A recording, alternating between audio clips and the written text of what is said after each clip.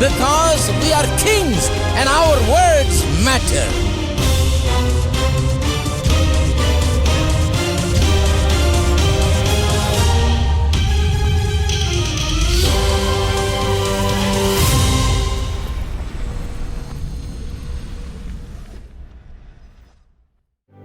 சிலுவை அண்டையில் நம்பி வந்து நிற்கையில் பாவபாரம் நீங்கி வாழ்வடைந்தேன். எந்த நேரமும் எனதுள்ளத்திலும் பேரானந்தம் பொங்கி பாடும். சிலுவை அண்டையில் நம்பி வந்து நிற்கையில் பாவபாரம் நீங்கி வாழ்வடைந்தேன். எந்த நேரமும் எனதுள்ளத்திலும் பேரானந்தம் பொங்கி பாடுவேன். நான் உம்மை பற்றி ரட்சகா வெட்கமடையேன். பேரன்பை தாண்டவா நான் சாட்சி கூறுவேன். சிலுவை அண்டையில் நம்பி வந்து நிற்கையில் பாவபாரம் நீங்கி வாழ்வடைந்தேன். எந்த நேரமும் எனதுள்ளத்திலும் பேரானந்தம் பொங்கி பாடுவேன். சிலுவை அண்டையில் நம்பி வந்து நிற்கையில் பாவபாரம் நீங்கி வாழ்வடைந்தேன். எந்த நேரமும்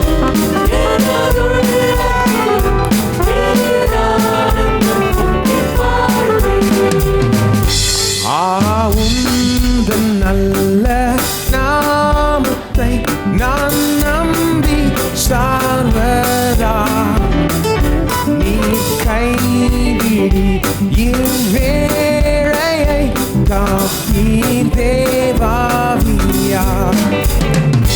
சிலுவை அண்டையில் நம்பி வந்து நிற்கையில் பாவபாரம் நீங்கி வாழ்வடைந்தேன். எந்த நேரமும் எனதுள்ளத்திலும் பேரானந்தம் பொங்கி பாடுவேன்.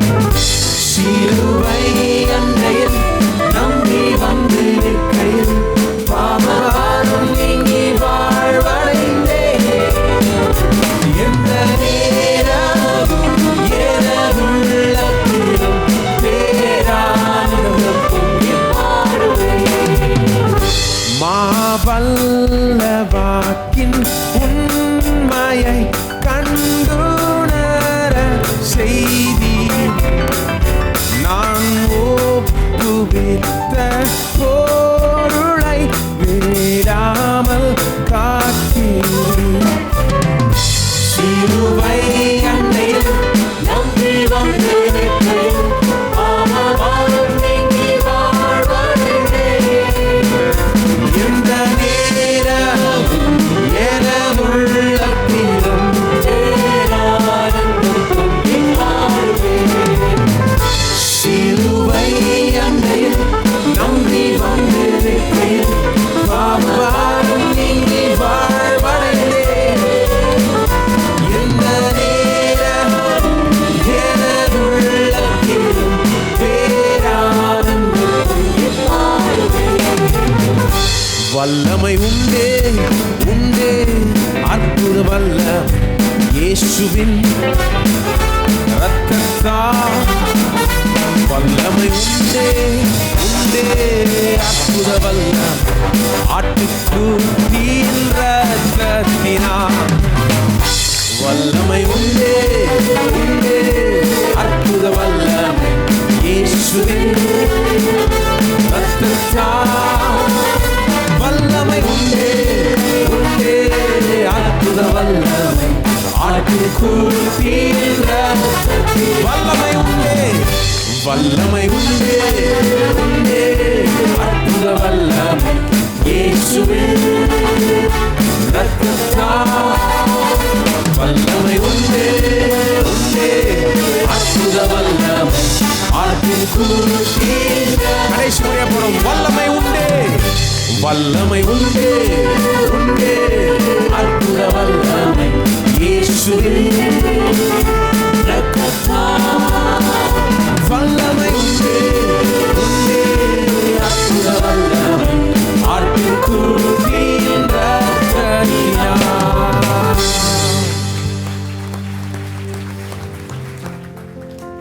ஒருவேளை சில பேர் யோசிக்கலாம், என்ன சந்தோஷமாக பாடுறீங்க குட் ஃப்ரைடே அன்னைக்கு.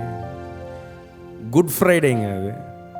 பேட் ஃப்ரைடேனா பேர் வச்சாங்க. குட் ஃப்ரைடே புனித சிலுவை வெறும் ஒரு சோக காட்சி கிடையாது. நிறைய பேருக்கு இன்னைக்கு குட் ஃப்ரைடே அன்னைக்கு போயிட்டு வெறும் கண்ணீர் சிந்திட்டு வராங்க. அப்படி கிடையாது. இன்னைக்கு மெசேஜ் கேட்டு பாருங்க, ஏன் அழக்கூடாதுன்றது தான் மெசேஜ். ஸோ அதுக்கு போக விரும்பல. ஆனால் இது வந்து வெறும் கண்ணீர் சிந்துற ஒரு நாள் கிடையாது. இயேசு நமக்காக என்னென்ன செய்து முடித்தார் என்று நினைவு கொள்கிற ஒரு நாள். அதை நினைவு கொள்ளும் போது சந்தோஷம்தான் வருது. என்ன பண்ணுறது? இந்த பாட்டு சொல்கிற மாதிரி பேரானந்தம் பொங்கி பாடுவேன். சிலுவை ஒரு சோக காட்சி மட்டும் கிடையாது, ஒரு வெற்றியின் காட்சி. இயேசு நமக்காக என்னென்ன வெற்றிகளை அங்கே நமக்காக எப்படி வெற்றி சிறந்தார் என்ற ஒரு காட்சி. தொடர்ந்து பாடுவோம். இந்த புது பாடலை பாடுவோம்.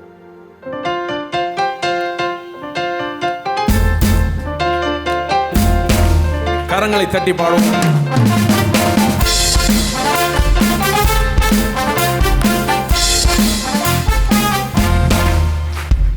ஓயாமல் துதிப்போம், காலமெல்லாம் பாடுவோம், ராஜாதி ராஜாவாம் இயேசுவையே.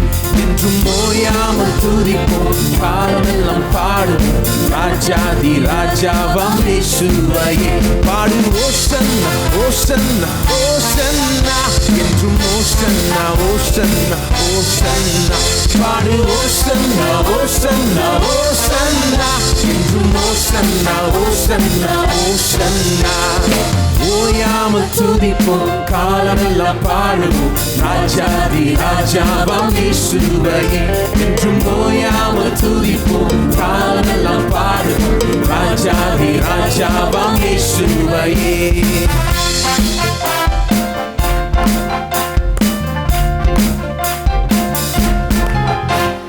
ரட்சிப்பை ஈந்தார், கிருபையை பொழிந்தார், வாக்குத்தத்தம் செய்தார், நிறைவேற்றி முடித்தார். கரங்களை உயர்த்தி துதித்துக் கொண்டீரு, நீயோ கரங்களை உயர்த்தி துதித்துக் கொண்டீரு. ஓயாமல் துதிப்போம், காலமெல்லாம் பாடுவோம், ராஜாதி ராஜாவாம் இயேசுவையே. என்றும் ஓயாமல் துதிப்போம், காலமெல்லாம் பாடுவோம், ராஜாதி ராஜாவாம் இயேசுவையே. பாடு ஓசன்னா ஓசன்னா ஓசன்னா, என்றும் ஓசன்னா ஓசன்னா ஓசன்னா. பாடு ஓசன்னா ஓசன்னா ஓசன்னா, என்றும் ஓசன்னா ஓசன்னா ஓசன்னா.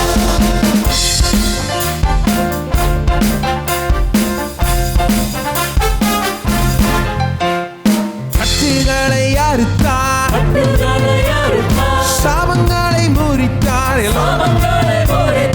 வேதனையை மாற்றினார், வியாதியை விளக்கினார். கரங்களை அசைத்து துதித்துக் கொண்டீரு, நீயோ கரங்களை அசைத்து துதித்துக் கொண்டீரு. ஓயாமல் துதிப்போம், காலமெல்லாம் பாடுவோம், ராஜாதி ராஜாவாம் இயேசுவையே. என்றும் ஓயாமல் துதிப்போம், காலமெல்லாம் பாடுவோம், ராஜாதி ராஜாவாம் இயேசுவையே. பாடு ஓசன்னா ஓசன்னா ஓசன்னா, என்றும் ஓசன்னா ஓசன்னா ஓசன்னா. பாடு ஓசன்னா ஓசன்னா ஓசன்னா, என்றும் ஓசன்னா ஓசன்னா ஓசன்னா.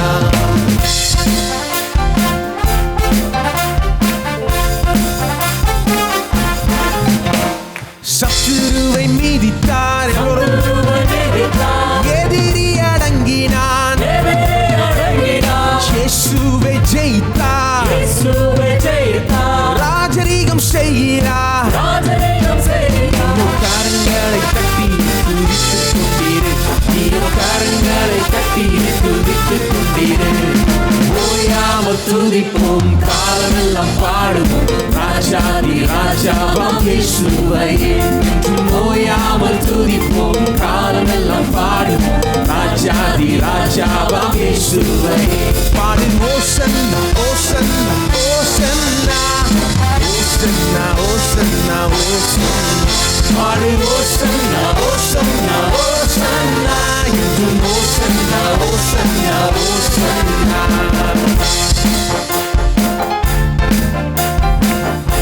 சிலுவையிலே சத்ருவை மிதித்தார், பாடுவோம். சத்துருவை மிதித்தார், எதிரி அடங்கினார், இயேசுவை ஜெயித்தார், ராஜரீகம் செய்கிறார்.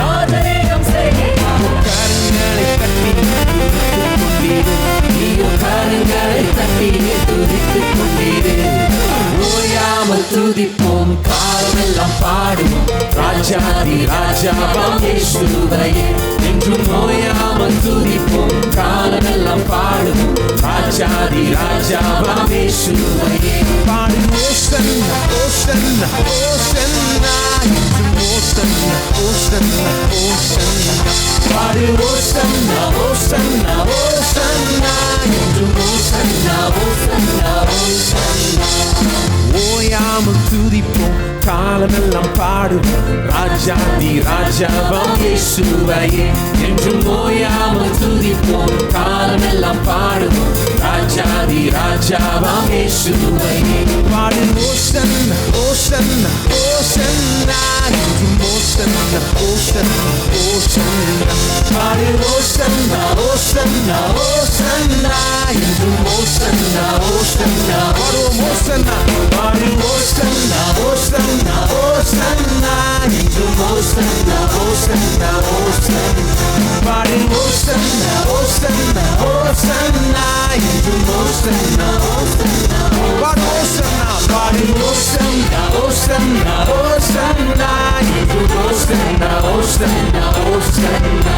பாடு ஓசன்னா ஓசன்னா ஓசன்னா என்றும் ஓசன்னா ஓசன்னா ஓசன்னா.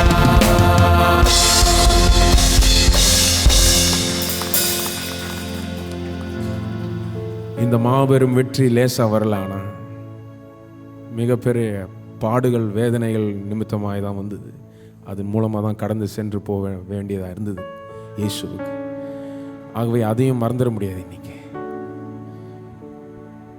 ஆகவே சிலுவை நம்ம கண்களுக்கு முன்னாடி வைத்து அதை பற்றி யோசித்து அதை தியானித்து தொடர்ந்து இயேசுவுக்கு நன்றி செலுத்தி பாடி ஆராதிப்போம் அவரை.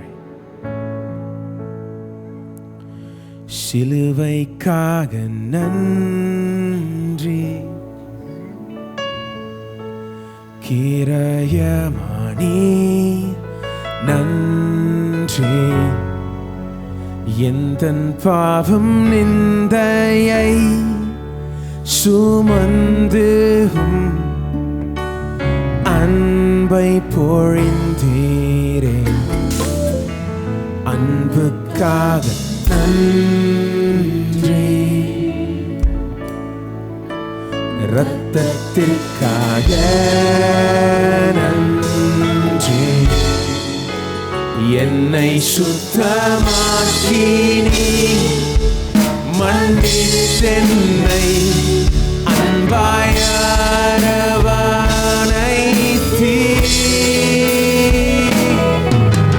நீரே பாத்திர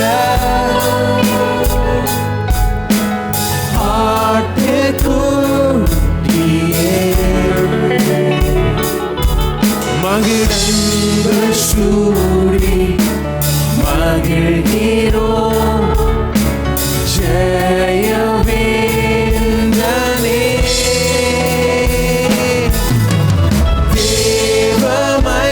தேவமைந்தனே, உன்னத இயேசுவே,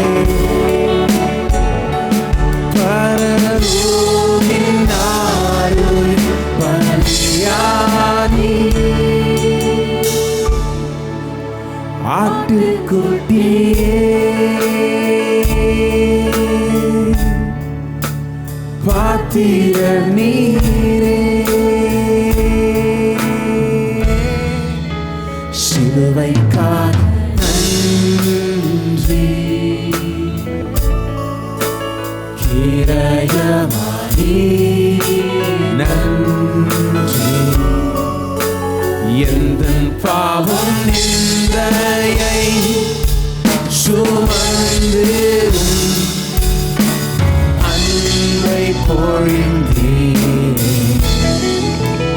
அன்புக்காக நன்றி, இரத்தத்துக்காக நன்றி, என்னை சுத்தமாக்கி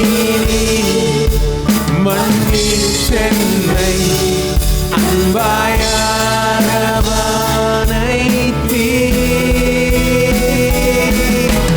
நீரே பாத்திர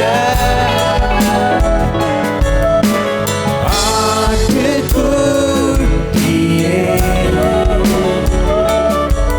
மகுடங்கள் சூடி மகிழ்கிறோ ஜெயவேந்தனே,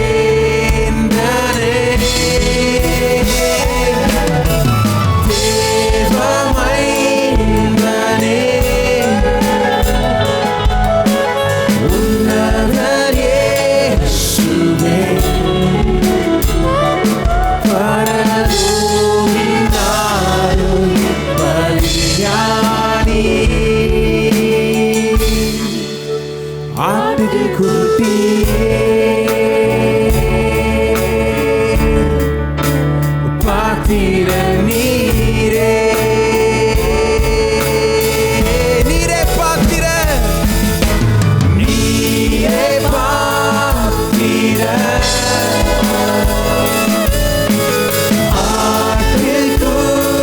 ஆட்டுக்குட்டியே, சூடி மகிழ்கிறோ ஜெயவேந்தனே,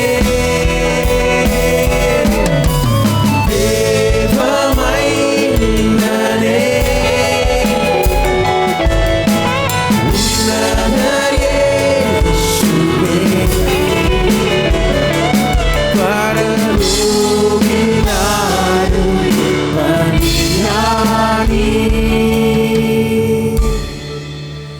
ஆட்டுக்குட்டியே, பாத்திர நீரே,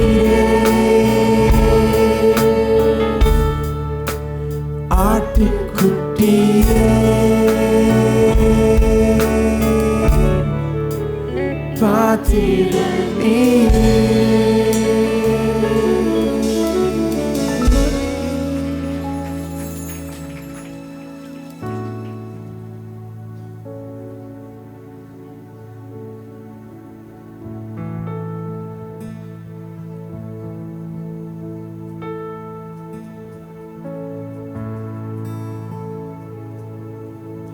உம்மை போல் வேறொரு தேவனில்லை, நீரே நீர் மாத்திரமே, உம்மை போல் வேறொரு தேவனில்லை, நீரே நீர். திரும்ப பாடுவோம். உம்மை போல் வேறொரு, உம்மை போல் வேறொரு தேவனில்லை, நீரே நீர் மாத்திரமே, உம்மை போல் வேறொரு தேவனில்லை, நீரே நீர் மாத்திரமே, பரிசுத்த பரிசுத்த பரிசுத்தரே, பரிசுத்தர் பரிசுத்தர் பரிசுத்தரே, பரிசுத்தர் பரிசுத்தர் பரிசுத்தரே, பரிசுத்தர் பரிசுத்தர் பரிசுத்தரே, நீரே நீ மாத்திரமே, நீரே நீ மாத்திரமே,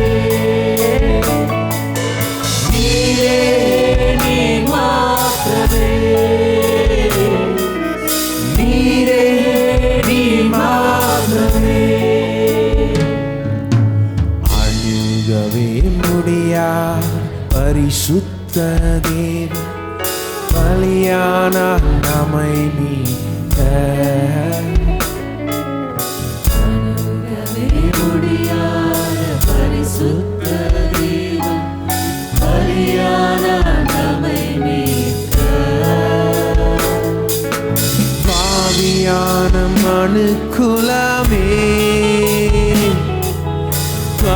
சுத்தமானதுவே கல்வாரி மரணத்தினால்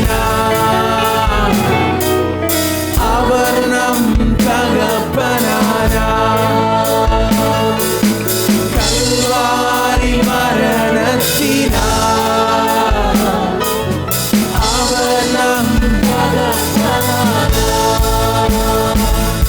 அவர் மரிக்க நாம் ஜெயிக்க நீதிமானானோ. அவர் மரிக்க நாம் ஜெயிக்க நீதிமானானோ. அவர் மரிக்க நாம் ஜெயிக்க நீதிமானானோ. அவர் மரிக்க நாம் ஜெயிக்க நீதிமானானோ. கல்வாரி மரணத்தினால் அவர் நம் தகப்பனானார். கல்வாரி மரணத்தினால்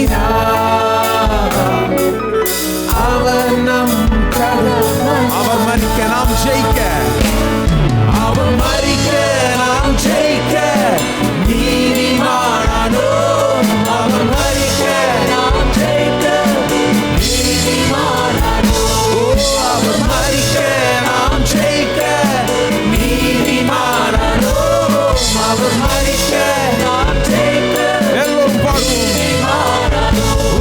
அவர் மரிக்க நாம் ஜெயிக்க நீதிமானானோ. அவர் மரிக்க நாம் ஜெயிக்க நீதிமானானோ. அவர் மரிக்க நாம் ஜெயிக்க நீதிமானானோ. அவர் மரிக்க நாம் ஜெயிக்க நீதிமானானோ. கல்வாரி மரணத்தினால் அவர் நம் தகப்பனானார். கல்வாரி மரணத்தினால் அவர் நம் தகப்பனானார். கல்வாரி மரணத்தினால் அவர் நம் தகப்பனானார். ஓ கல்வாரி மரணத்தினால் அவர் நம்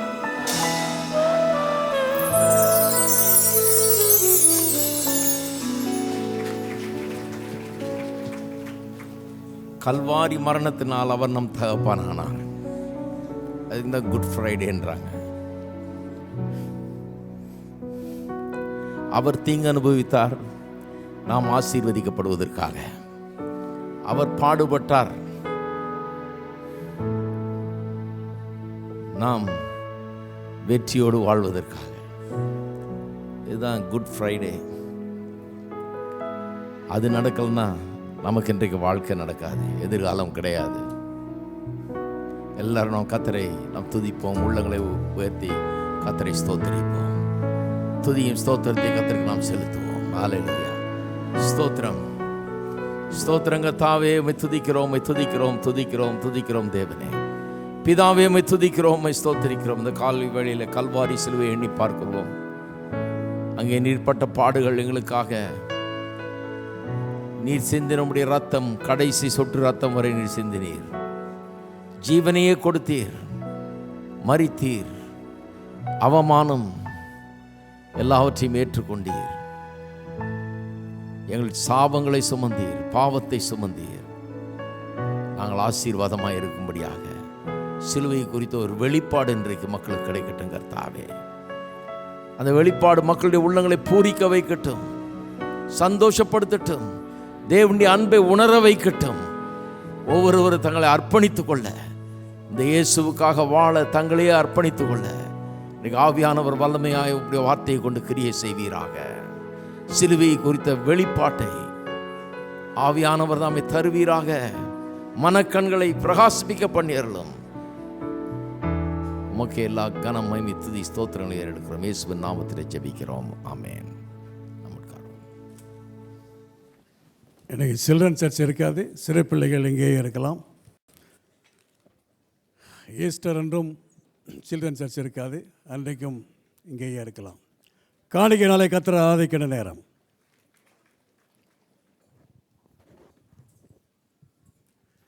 உலகெங்கிலும் இந்த இணையதளத்தின் மூலமாக, டிவி மூலமாக எங்களோடு கிடந்த ஆராயில் பங்கெடுத்த நீங்களும் காணிக்கையில் செலுத்த விரும்பினால் இப்பொழுது வெப் கிவேலிங் மூலமாக செலுத்தலாம், அல்லது விக்டரி கிறிஸ்டியன் ஃபவுண்டேஷன் பெயருக்கு காசோலைகள் அதை MRDD அனுப்பலாம். சபை திட்டப்பணியில் கை கொடுக்கக்கூடியவர்கள் அதை வைத்திருந்து முடிந்து போகும் பொழுது CD ஸ்டாலில் கடைசியில் கொடுத்தால் நம்மளோட போதவர்கள் பேசின 8 போர்ட்டிகோவில் பெரிய காணிக்கப்பட்டில் செலுத்தும்படி கேட்டுக்கொள்கிறோம். தசமாக காணிகளோட கரங்களை உயர்த்துவோம். கர்த்தருடைய வார்த்தையை அறிக்கைட்டு கொடுப்போம். தேவனுடைய வார்த்தை சொல்கிறது, என் ஆலயத்தில் ஆகாரம் உண்டாயிருக்கும்படி தசம பாகங்களையெல்லாம் என் பண்டைய சாலையில் கொண்டு வாருங்கள். அப்பொழுது வானத்தின் பலனை திறந்து இடம் கொள்ளாமற் போக மட்டும் ஆசீர்வாதங்களை வர்ஷிக்க மாட்டோனோ என்று சோதித்து பாருங்கள். என் தேவன் தம்முடைய வார்த்தையின்படியே வானத்தின் பலனை திறந்து இடம் கொள்ளாமற் போக மட்டும் ஆசீர்வாதங்களை என் மேல் வர்ஷிப்பார் என்று நான் விசுவாசிக்கிறேன். என் காணிக்கையினாலே தேவனை கனப்படுத்துகிறேன். ஆமென். கரங்களை கீழே உதவியை பெற்றுக்கொள்வார்கள். புதிதாய் வந்தலை வரவேற்க விரும்புகிறோம். இந்த ஆராதனைக்கு முதல் தடையாக வந்திருந்தால் தயவுசெய்து கரங்களை உயர்த்துங்கள். உள்ளே இருப்பவர்களும் வெளியே இருப்பவர்களும் மேல் அமர்ந்திருப்பவர்களும் ஒரு சில நாளை கரங்களை உயர்த்துங்கள். உங்களை சபை செய்கிற புரோஷரை கொடுப்பார்கள். அந்த புரோஷர் மத்தியிலே ஒரு அட்டையை பார்ப்பீர்கள். அவங்களை பெயரை விலாசத்தையும் எழுதி நீங்கள் போகும் பொழுது CD ஸ்டால் கடைசியில் கொடுத்தால் நம்மளோட போதவர்கள் பேசின 8 செய்திகளை MP3 CD-யும் வெற்றியும் வாழ்வுங்கிற மாதாந்திர தமிழ் பத்திரிகையும் வெகுமதியை கொடுவர் பெற்று செல்லலாம். இன்றைக்கு ஞானஸ்தான ஆராதனை இருக்காது என்பதை ஞாபகத்தில் வைத்துக் கொள்ளுங்கள்.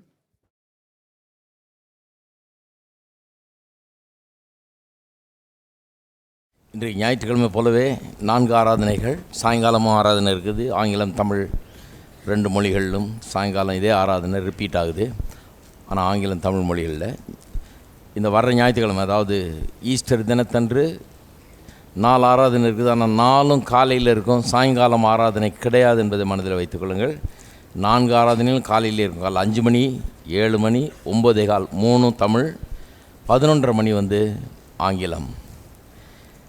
நம்முடைய நியூ இயர் சர்வீஸில் பாடின பாடல்களை ரொம்ப நல்லா ஒர்க் அவுட் பண்ணி நல்லா அதை எடுத்து இன்னும் கொஞ்சம் பாலிஷ் பண்ணி ஒரு ஆடியோ சீடியாக கொண்டு வந்திருக்கிறாங்க.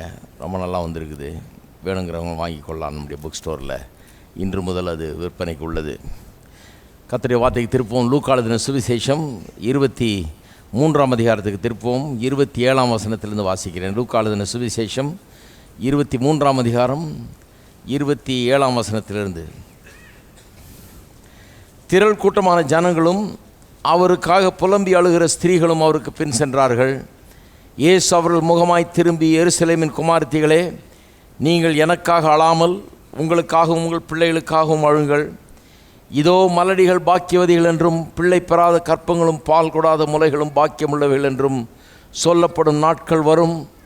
அப்பொழுது மலைகளை நோக்கி எங்கள் மேல் விழுங்கள் என்றும் குன்றுகளை நோக்கி எங்களை மறைத்து கொள்ளுங்கள் என்றும் சொல்லத் தொடங்குவார்கள். பச்சை மரத்துக்கு வேலை செய்தால் பட்ட மரத்துக்கு என்ன செய்ய மாட்டார்கள் என்றார். இன்றைக்கு குட் ஃப்ரைடே. இன்றைக்கு இயேசுவின் சிலுவை குறித்து எல்லா சபைகளிலும் தியானித்து இயேசுவின் சிலுவை மரணத்தின் அர்த்தத்தை, அதன் அவசியத்தை உணர்த்துகிற ஒரு நாளாக இருக்கிறது. ஆகவே நாம் அதை செய்கிறோம். இன்றைக்கு அதுக்காக அந்த வேத பகுதியை நான் வாசித்தேன். இயேசுவை பிலாத்துவினிடத்தில் கொண்டு போனார்கள், ஏரோதினிடத்தில் கொண்டு போனார்கள். அங்கே அவர் வாயை திறந்து ஒன்றும் பேசவே இல்லை. அங்கேருந்து பிலாத்துவினிடத்தில் கொண்டு போனார்கள். அங்கே சுருக்கமாய் பேசினார், சில காரியங்களை சொன்னார். ஆனால் பிலாத்து அவரிடத்தில் எந்த குற்றத்தையும் கண்டுபிடிக்க முடியல. மரணத்துக்கு ஏதுவான எந்த குற்றமும் அவரிடத்தில் காணப்படவில்லை. ஆகவே அவன் சொல்லுகிறான், மரணத்துக்கு ஏதுவாக இந்த ஆள் எந்த குற்றமும் செய்யலையே, வேறு ஏதாவது தண்டனை கொடுத்து நான் பேசாமல் இவரை விடுவித்துறேன் போங்க அப்படிங்கிறான். ஆனால் ஜனங்கள் கேட்கவில்லை. சொல்லுகிறார்கள், சிலுவையில் அறைய வேண்டும், இவரை சிலுவையில் அறைய வேண்டும் என்று கூக்குரல் இடுகிறார்கள்.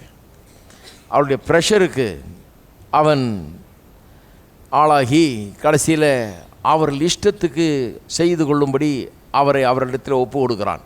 போய் சிலுவையில் அரைஞ்சிங்க போங்கன்னு சொல்லி இயேசுவை அவரிடத்தில் ஒப்பு கொடுக்குறான். ஒப்பு கொடுத்த பிறகு இயேசுவை அங்கிருந்து வெளியே கொண்டு வருகிறார்கள். கொண்டு வந்து தெருவிலே சிலுவையை சுமக்க செய்து கல்வாரிக்கு மலைக்கு கொண்டு போகிறார்கள்.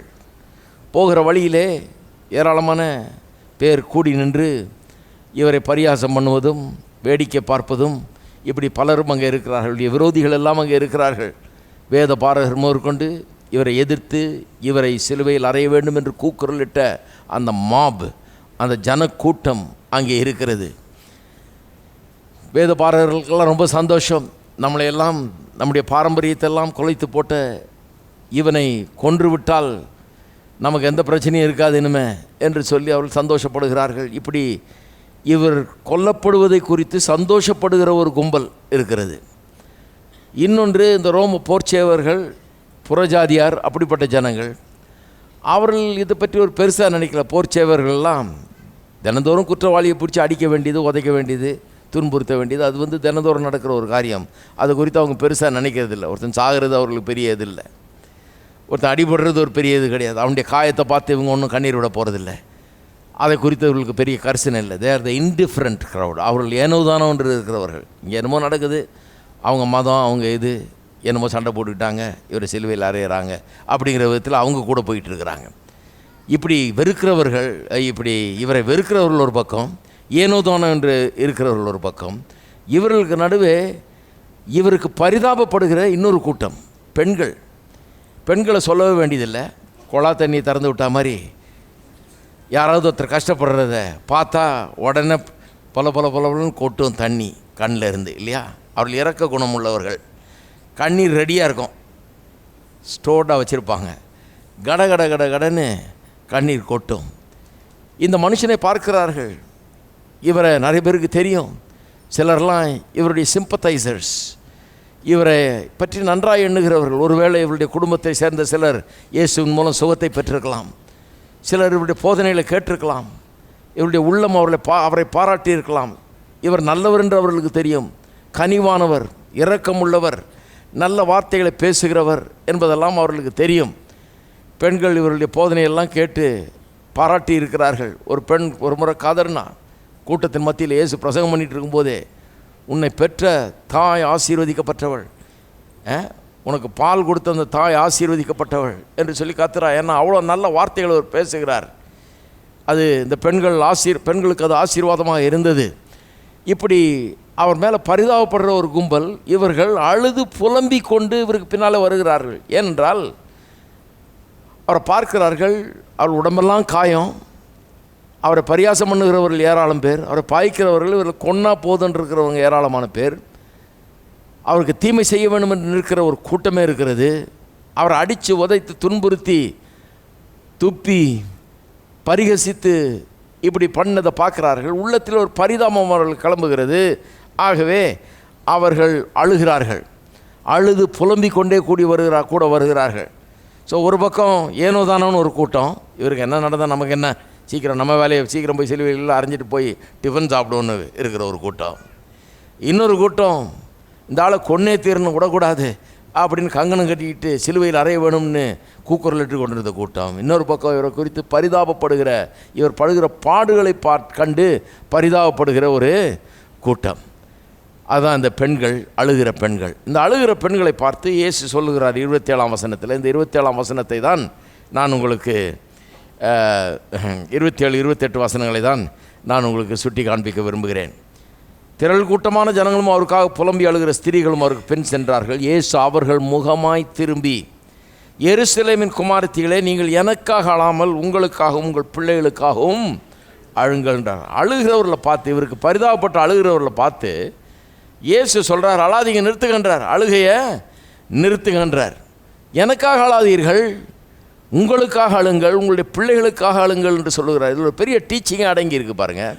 இயேசு பல முறை போதித்திருக்கிறார். இதுதான் அவருடைய கடைசி போதனை. இந்த உலக வாழ்க்கையில் அவர் கொடுத்த கடைசி போதனை இதுதான்.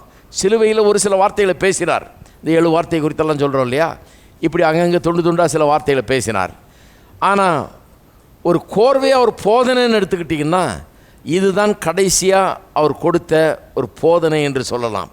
இந்த 4 வசனங்கள் 27லேருந்து 31 வசனம் வரை உள்ள 4-5 வசனங்கள் ஒரு பெரிய போதனை இதை உள்ளடக்கியதாக இருக்கிறது. அது கொஞ்சம் காரியங்களை இன்றைக்கு எடுத்து சொன்னாலே இன்றைக்கு குட் ஃப்ரைடே மிகவும் அர்த்தமுள்ளதாகிவிடும்.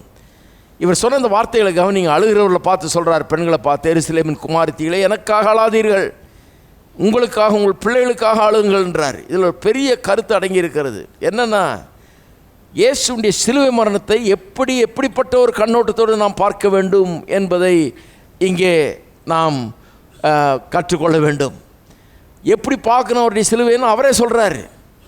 இந்த ஆளுங்கள் அழாதீங்கன்னு சொல்கிறார் பாருங்க, அழாதீங்கன்னு இவங்களுக்கு சொல்கிறாரு. ஆனால் உங்களுக்காக அழுங்கன்றார், எனக்காக அழாதீங்க உங்களுக்காக அழுங்கன்றார். அதில் பெரிய அர்த்தம் அடங்கி இருக்கிறது. சிலுவையை குறித்த அர்த்தம். சிலுவை என்றால் என்ன? ஏன் இவர் மரித்தார் சிலுவையில்? இவர் யார்? ஏன் இவர்கள் அழக்கூடாது? ஏன் இவர்கள் அழ வேணும் என்கிறத கரெக்டாக புரிந்து கொண்டால் இந்த சிலுவை மரணத்தின் அர்த்தமும் அந்த காரியங்களும் நன்றாக நமக்கு புரிந்துவிடும். ஆகவே தான் இந்த வசனத்தை கொஞ்சம் உற்று பார்ப்போம். ஒன்றும் இல்லை, 2 பாயிண்ட் தான். ஒன்று அழுங்கன்றார், இன்னொன்று அழாதீங்கன்றார். முதல்ல அழாதீங்கன்றார், அப்புறம் அழுங்கன்றார். ஏன் அழாதீர்கள் என்று சொல்லுகிறார்? அழாதீர்கள் என்று சொல்வதன் காரணம் என்ன? கொஞ்சம் யோசித்து பாருங்கள். அவர்கள் அழுதது தப்பு என்று சொல்ல முடியாது. அவர்கள் அழுததுக்கு சரியான காரணங்கள் சில இருக்கின்றன. அதில் ஒரு காரணம் என்னென்னா, ஒரு மனுஷனை அடித்து உதச்சி உச்சந்தல்லேருந்து உள்ளங்கால் வரை காயப்பட்டு இரத்தத்தால் நனைந்து இருக்குது அவருடைய சரீரமே. உழுத நிலம் போல் ஆயிற்று அவருடைய சரீரம் என்று வேதவசனம் நமக்கு சொல்லுகிறது. அப்படி உடலெல்லாம் காயம், உடம்பெல்லாம் அடி. இப்படி ஒரு மனுஷனை ஒரு பெண் பார்க்கும்போது எப்படி இருக்கும் பாருங்கள், தாங்கி கொள்ள முடியாது. பெண் மட்டும் இல்லை, யார் பார்த்தாலும், நானே பார்த்தா கூட கண்ணீர் தான் வரும்.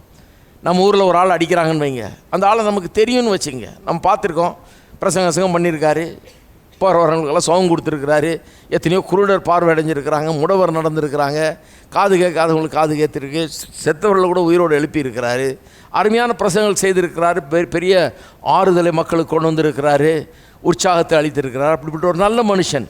எந்த தீமையும் செய்யலை, யார்கிட்ட எதையும் திருடலை, கொள்ளையடிக்கலை, ஒன்றும் பண்ணல, எந்த ஒரு பொல்லாங்கையும் அவர் செய்யவே இல்லை. அப்படிப்பட்ட ஒரு நல்ல மனுஷனை அடித்து உச்சந்தல்லேருந்து உள்ளங்கால் வரை காயப்படுத்தி சிலுவை அவர் மேலே வச்சு அவரை சுமந்து கொண்டு போக வைத்தார்கள் என்றால் நமக்கு எப்படி இருக்கும்? அப்படி தான் பண்ணாங்களாம் பாருங்கள். பிலாத்து அவர்கள் இஷ்டத்துக்கு இயேசுவை ஒப்பு கொடுத்த உடனே வெளியே கொண்டு வந்து சிலுவை தூக்க வைக்கிறாங்க. தூக்க வச்சா இவர் களைப்பு, அடி வாங்கி வாங்கி உடம்பெல்லாம் காயம். இவங்க பயந்துட்டாங்க, இவர் வழியிலே செத்துருவாரோ, சிலுவையில் நம்ம தூக்கி இவர் அரையிறதுக்கு முன்னால் செத்துருவாரோ, சிலுவையில் அரைஞ்சு கொண்டா தான் சரி, இவரை அரைஞ்சு கொள்ள வேணும் அப்படிங்கிறது அவருடைய குறிக்கோள். ஆகவே சிரேனே ஊரானாகிய ஒரு மனுஷனை பிடிச்சி அவனை பலவந்தம் பண்ணி இவர் சிலுவையை தூக்க வைக்கிறாங்க, இவருக்கு உதவி செய்ய வைக்கிறாங்க. அவன் தூக்கி கொண்டு வருகிறான், அவருக்கு உதவி செய்கிறான் பாருங்கள். ஏன்னா சிலுவை வரைக்கும் ஒரு உயிர் பழைக்கணும், சிலுவையில் அரைஞ்சு தான் இவரை கொல்லணும், இவரை இப்படி அவமானப்படுத்தணும், இப்படி ஒரு கொடூர மரணத்தை இவர் கொடுக்க வேண்டும் என்றதில் குறியாக இருக்கிறார்கள் அவர்கள். இதையெல்லாம் பார்க்கிறார்கள் இந்த பெண்கள். இதெல்லாம் பார்த்தா ஒரு ஆண்களுக்கே கூட கண்ணீர் வர்றதில் ஒன்றும் ஆச்சரியமே கிடையாது. நியாயம்தான், அவருடைய கண்ணீருக்கு நியாயம் இருக்கிறது. ஏனென்றால் ஒரு மனுஷன் கொடூர துன்பங்களை அனுபவித்து, அதுவும் ஒரு நல்ல மனுஷன், எந்த குற்றமும் செய்யாமல், ஒரு இன்னசென்ட் மேன், எந்த தவறும் செய்யாத, எந்த குற்றமும் செய்யாத, வெறும் நன்மைகளை மட்டுமே ஒரு செய்த மனுஷன் இப்படி அடிக்கப்பட்டு அவமானப்படுத்தப்பட்டு நிந்திக்கப்பட்டு உடலெல்லாம் காயப்பட்டு ரத்தம் வடிகிறது உச்சந்தெழுது உள்ளங்கால் வர, இப்படி ஒரு மனுஷனை பார்த்தா ஏன் கண்ணீர் வராதுங்கிறீங்க? கண்டிப்பாக கண்ணீர் வந்தே ஆகும். அதுக்காக தான் அவர்கள் அழுகிறார்கள். அது ஒரு இயற்கையான ஒரு காரியம். கண்ணீருங்கிறது ஒரு இட்ஸ் அ நேச்சுரல் திங், இயற்கையாக வர்றது பாருங்கள். அப்படிப்பட்ட ஒரு இயற்கை கண்ணீர் அவள் வடிக்கிறது இயற்கையாக ஒரு சாதாரண மனுஷன் வடிக்கிற கண்ணீர் பாருங்க. அவர்களுக்கு அப்படி ஒரு கண்ணீர் வருகிறது. அழுது புலம்புகிறார்கள் என்று இங்கே வாசிக்கிறோம். அழுது புலம்புகிறார்கள். ஏன்னா அவர்களுக்கு தெரிய ஒரு நல்ல மனுஷன், இவரை பார்த்து இப்படி துன்பப்படுத்துகிறார்கள் என்று சொல்லி அழுது புலம்புகிறார்கள். இது ஒரு விதத்தில் பார்க்குறது கூட கொஞ்சம் நல்லா இருக்குது. ஏன்னா இவரை பாய்க்கிறவர்கள் சிலுவையில் அரைஞ்சே ஆகணுன்ற கும்பல் கூட வந்துக்கிட்டு இருக்குது. இவரை வெறுப்போடு பார்க்குறவர்கள், பார்த்து நகைக்கிறவர்கள், சிரிக்கிறவர்கள், துன்புறுத்துகிறவர்கள் எல்லாம் வர்றாங்க. இன்னொரு பக்கம் ஏனோதானன் இருக்கிற ரோம போர்ச்சவர்கள் இருக்காங்க, அவங்க பாட்டுக்கு போயிட்டுருக்கிறாங்க.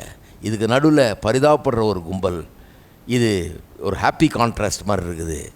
இந்த ஏனோதானார் என்று இருக்கிறவர்களுக்கும் பாய்க்கிறவர்களுக்கு இடையே இப்படி ஒரு நல்ல ஒரு கூட்டம் இயேசுவின் துன்பங்களை பார்த்து பரிதாபப்பட்டு அவருக்கென்று கண்ணீர் விடுகிற ஒரு கூட்டம் வந்து கொண்டிருக்கிறது. ஆனால் இயேசு ஆச்சரியப்படத்தக்க விதத்தில் அவருடைய முகத்தை திரும்பி பார்த்து, அவர்கள் முகமாய் திரும்பி அப்படின்னு இருக்குது. He turned towards them. போயிட்டு இருந்தவர் இவ்வளோ கஷ்டத்தின் மத்தியில், இவ்வளோ துன்பத்தின் மத்தியில், இவ்வளோ பாடுகள் மத்தியில் இந்த அழுது புலம்புகிற அந்த எருசலேமின் ஸ்திரீகளை திரும்பி பார்க்கிறாராம். திரும்பி பார்த்து சொல்கிறாரு, எருசலேமின் குமாரத்திலே எனக்காக அழ வேண்டாம், உங்களுக்காக உங்களுடைய பிள்ளைகளுக்காகவும் ஆளுங்கள் என்று சொல்லுகிறார். ஏன்? பல காரணங்கள் இருக்குது. அது ஏன் அழ வேண்டான்றார், ஏன் எனக்காக அழ வேண்டாம் என்று அவர் சொல்லுகிறார் என்பது கவனிக்கணும். ஏன்னு சொன்னால் மெயினாக இந்த அழுகை வெறும் ஒரு இயற்கையான கண்ணீர். இது ஒரு சாதாரண மனுஷனுக்கு உண்டாகிற கண்ணீர். ஒருத்தன் படுகிற கஷ்டத்தை பார்த்து படுகிற துன்பம் ஒழிய வேறு ஏதோ பெரிய அறிவு வந்து இவங்க அழுகலை. ஒரு மனுஷன் படுகிற துன்பத்தை பார்த்து அழுகிறார்கள். அப்படி அழுகிறது நிறைய பேர் அழுகிறாங்க. குறிப்பாக பெண்கள் பார்த்திங்கன்னா, சினிமாவுக்கு போகிறவர்கள் சினிமாவில் உட்காந்து அழுகிறவர்கள் இருக்காங்க. சில சினிமாவில் பார்த்தீங்கன்னா உள்ள சத்தம் கேட்டுகிட்டே இருக்கும். ஏன்னா அங்கே பெண்கள் கட்சிப்பெல்லாம் எடுத்துகிட்டு போய் அது அழுகிற சினிமாவாக இருக்கும். அழுதுகிட்டே இருப்பாங்க. வெளியே வரும்போது நல்லா அழுந்த முகத்தோடு வருவாங்க. சிலர் வீட்டில் டிவி பார்க்குறத பார்க்கணும், அழுதுகிட்டே பார்க்குற பெண்களும் இருக்கிறார்கள். இப்படியெல்லாம் இருக்கிறாங்க. அப்போ அது ஒரு சாதாரண இயற்கையாக ஒரு மனுஷனுக்கு வருகிற பரிதாபம், அந்த பரிதாபத்து நிமித்தமாக வருகிற ஒரு அழுகை. இப்படிப்பட்ட அழுகையில் ஒரு பெரிய வேல்யூ கிடையாது பாருங்கள். இது ஒரு இமோஷன், அவ்வளோதான். இது இயற்கையாக ஒரு மனுஷனுக்கு வரக்கூடிய ஒரு இமோஷன், ஒரு உணர்ச்சி, அவ்வளோதான ஒழிய இதில் ஒரு பெரிய வேல்யூ கிடையாது. இந்த உணர்ச்சிகள் பாருங்கள், அதை பார்த்து முடித்தோன்னா அந்த ஷோ முடிஞ்ச உடனே அந்த அழுகை போயிடும். அதுக்கப்புறம் போய் ஹோட்டலில் சாப்பிட்டுக்கிட்டு நல்லா சிரிச்சுக்கிட்டு நல்லா இருப்பாங்க. அதெல்லாம் மறந்துடும். ஏன்னா பார்த்தது இப்போது மறந்துடுச்சு. இருந்தது ஃபீலிங்கு, உணர்ச்சி இருந்தது, அழுதாங்க.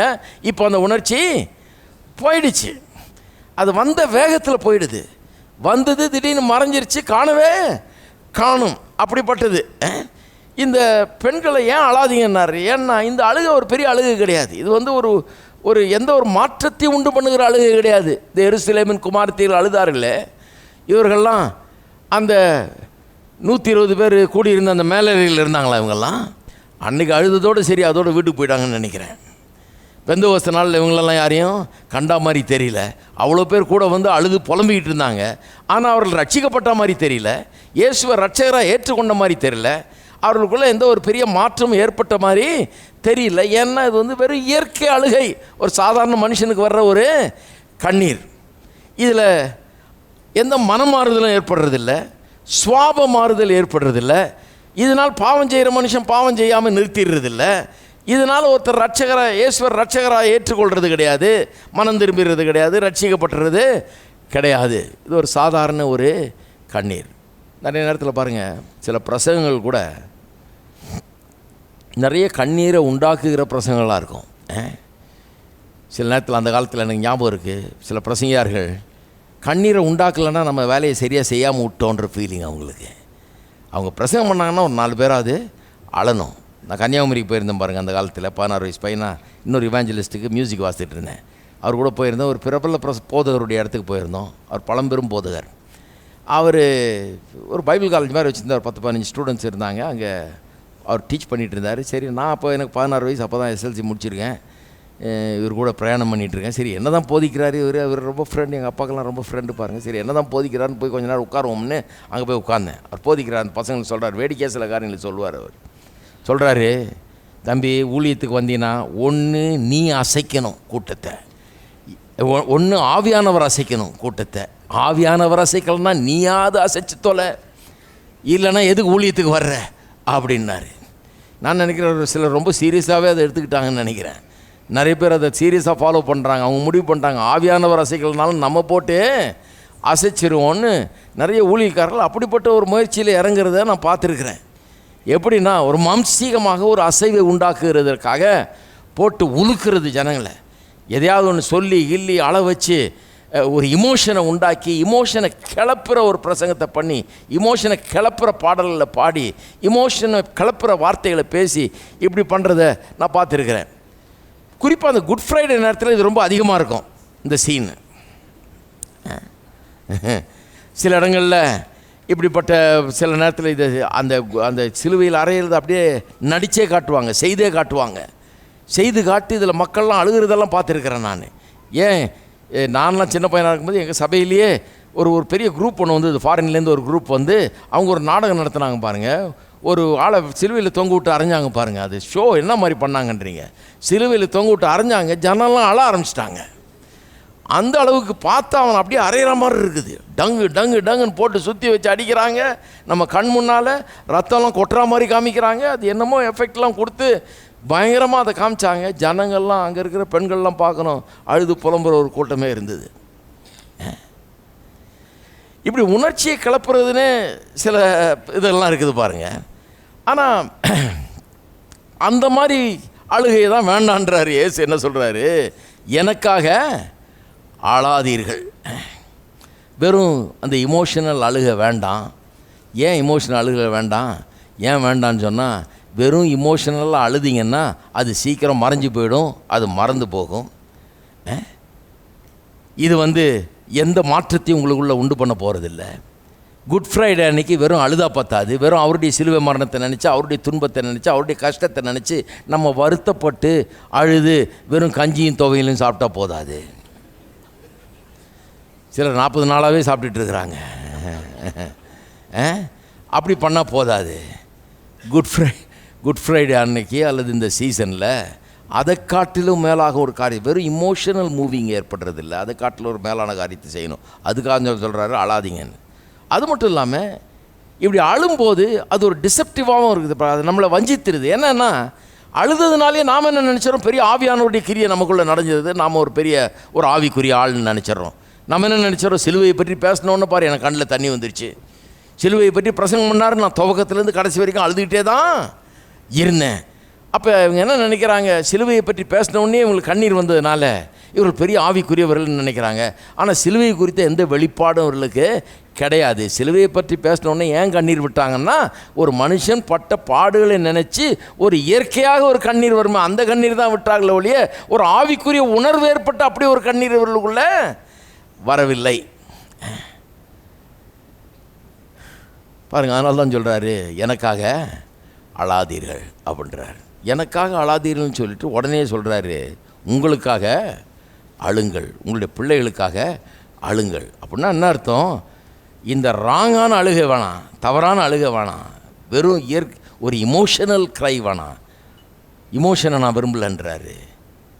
ஒரு உண்மையான அழுகை உண்டாகணும், சரியான ஒரு அழுகை உண்டாகுவன்ன்றாரு. அது உங்களுக்காகவும் உங்கள் பிள்ளைகளுக்காகவும் நீங்கள் அழுங்கள் என்று சொல்லுகிறார். இதை கொஞ்சம் கவனிப்போம். ஏன் அழாதீங்கன்னு சொல்கிறாருன்றதுக்கு முதல் காரணம் என்ன? இது வெறும் இயற்கை கண்ணீர், இது ஒரு பெரிய ஆவிக்குரிய உணர்வுனால் ஏற்பட்ட கண்ணீர் இல்லை. குட் ஃப்ரைடேங்கிறது வெறும் இயற்கை கண்ணீர் விடுகிற நேரம் அல்ல. வெறும் ஒரு சாதாரண மனுஷனுடைய பாடுகளை, ஒரு சாதாரண மனுஷன் இன்னொருத்தருடைய பாடுகளை பார்த்து பரிதாபப்பட்டு விடுற கண்ணீர் இங்கே போதாது. இதை காட்டிலும் பெரிய காரியம் ஒன்று நடக்கணும். அதனால் இந்த அழுகையை நிறுத்துங்கன்றார். இந்த அழுகையை நிறுத்தினா தானே காரியத்தை கவனிக்க முடியும். அப்படின்னா என்ன சொல்கிறாருன்னா, இந்த அழுகையை நிறுத்துங்க, கொஞ்சம் திங்க் பண்ணுங்கள். இந்த அழுகையை நிறுத்தினா தான் சரியாக யோசிக்க முடியும், ஒரு வெளிப்பாடு உண்டாக முடியும். இந்த அழுகையை நிறுத்தினா தான் என்ன நடக்குதுன்றது புரியும். புரிஞ்சாதான் சரியான அழுகை உண்டாக முடியும். அதனால் இந்த அழுகையை நிறுத்துங்கன்றார். அதனால் இது வெறும் இயற்கை அழுகை, அதனால் இது வேணாங்கிறார். ரெண்டாவது காரணம் ஏன் அழுகையை நிறுத்துங்கன்றாரு. ஏன் நிறுத்துங்கன்றாருன்னா, நான் இதுக்காகவே தான் பிறந்திருக்கிறேன், இதுக்காகவே தான் வந்திருக்கிறேன் உலகத்துக்கு. பாருங்கள், அவருக்கு தெரியுது எதுக்காக இவர் வந்தார்னு. அதனால தான் ஏன் அழுகிறீங்கன்றாரு. எதுக்கு அழுகிறீங்க? நான் இதுக்காக தானே வந்திருக்கிறேன், இதுக்காக தானே இந்த உலகத்துக்குள்ளேயே வந்திருக்கிறேன். இந்த இந்த சிலுவையில் மரிக்கும்படியாக தான் இந்த உலகத்துக்குள்ளே நான் சிலுவையில் மரிக்கும்படியாக தான் இந்த உலகத்துக்குள்ளே நான் வந்திருக்கிறேன், பிறந்திருக்கிறேன். ஆகவே இது வந்து நிறைவேற வேண்டிய ஒரு காரியம். இது எனக்கு ஆச்சரியம் அளிக்கலை. சிலுவைக்கு என்னை கொண்டு போகிறாங்கன்றது எனக்கு ஆச்சரியம் அளிக்கலை. ஏன் அழுகிறீங்க? இது நடக்க வேண்டிய ஒரு காரியம் அப்படிங்கிறாரு. பழைய ஏற்பாட்டில் பாருங்கள், நிறைய சொல்லியிருக்கு சிலுவை மரணத்தை பற்றி. பழைய ஏற்பாடு முழுக்க நிறைய சிலுவை மரணத்தை பற்றி. ஆக்சுவலாக ஆதியாகமம் 3 ஆரம்பிக்குது, 3:15 சொல்லியிருக்குது. உன் வித்துக்கும் ஸ்ரீயின் வித்துக்கும் பகையை உண்டாக்குவேன், அவர் உன் தலையை நசுக்குவார், நீ அவருடைய குதிங்காலை நசுக்குவார்னு சிலுவை மரணத்தின் மூலமாக நடைபெற போகிற அந்த பிசாசுக்கு கிடைக்க போகிற தோல்வி, நடக்க போகிற காரியம், இயேசுவுக்கு அங்கே என்ன நடக்க போகிறது எல்லாம் ஆதியாகமம் 3:15 ஆரம்பித்து அங்கேருந்து சொல்லப்படுகிறது. பல பக்கங்களிலே வேதாமத்திலே பழைய ஏற்பாடு முழுவதும் அங்கே இயேசுவையும் இயேசுடைய சிலுவை மரணத்தையும் அவருடைய பாடுகளையும் குறித்து அங்கே வாசிக்கிறோம். 1-2 பகுதியை மட்டும் வாசித்து காமிக்கிறேன். யோவான் எழுதின சுவிசேஷத்தில் 3ஆம் அதிகாரத்தில் பாருங்கள், பழைய ஏற்பாட்டை கோட் பண்ணுறாரு. ஏன்னா இது வந்து ஒரு புதுசு இல்லை. ஏன் அழுறீங்கன்றார். அழுகை நிறுத்துங்க, ஏன்னா இது நடக்க வேண்டிய விஷயம். இதை எதிர்பார்த்து தான் நான் வந்திருக்கேன், இதுக்காகவே தான் வந்திருக்கிறேன். அதனால் அழுகை நிறுத்துங்க, இது நடக்கட்டும் அப்படின்றாரு.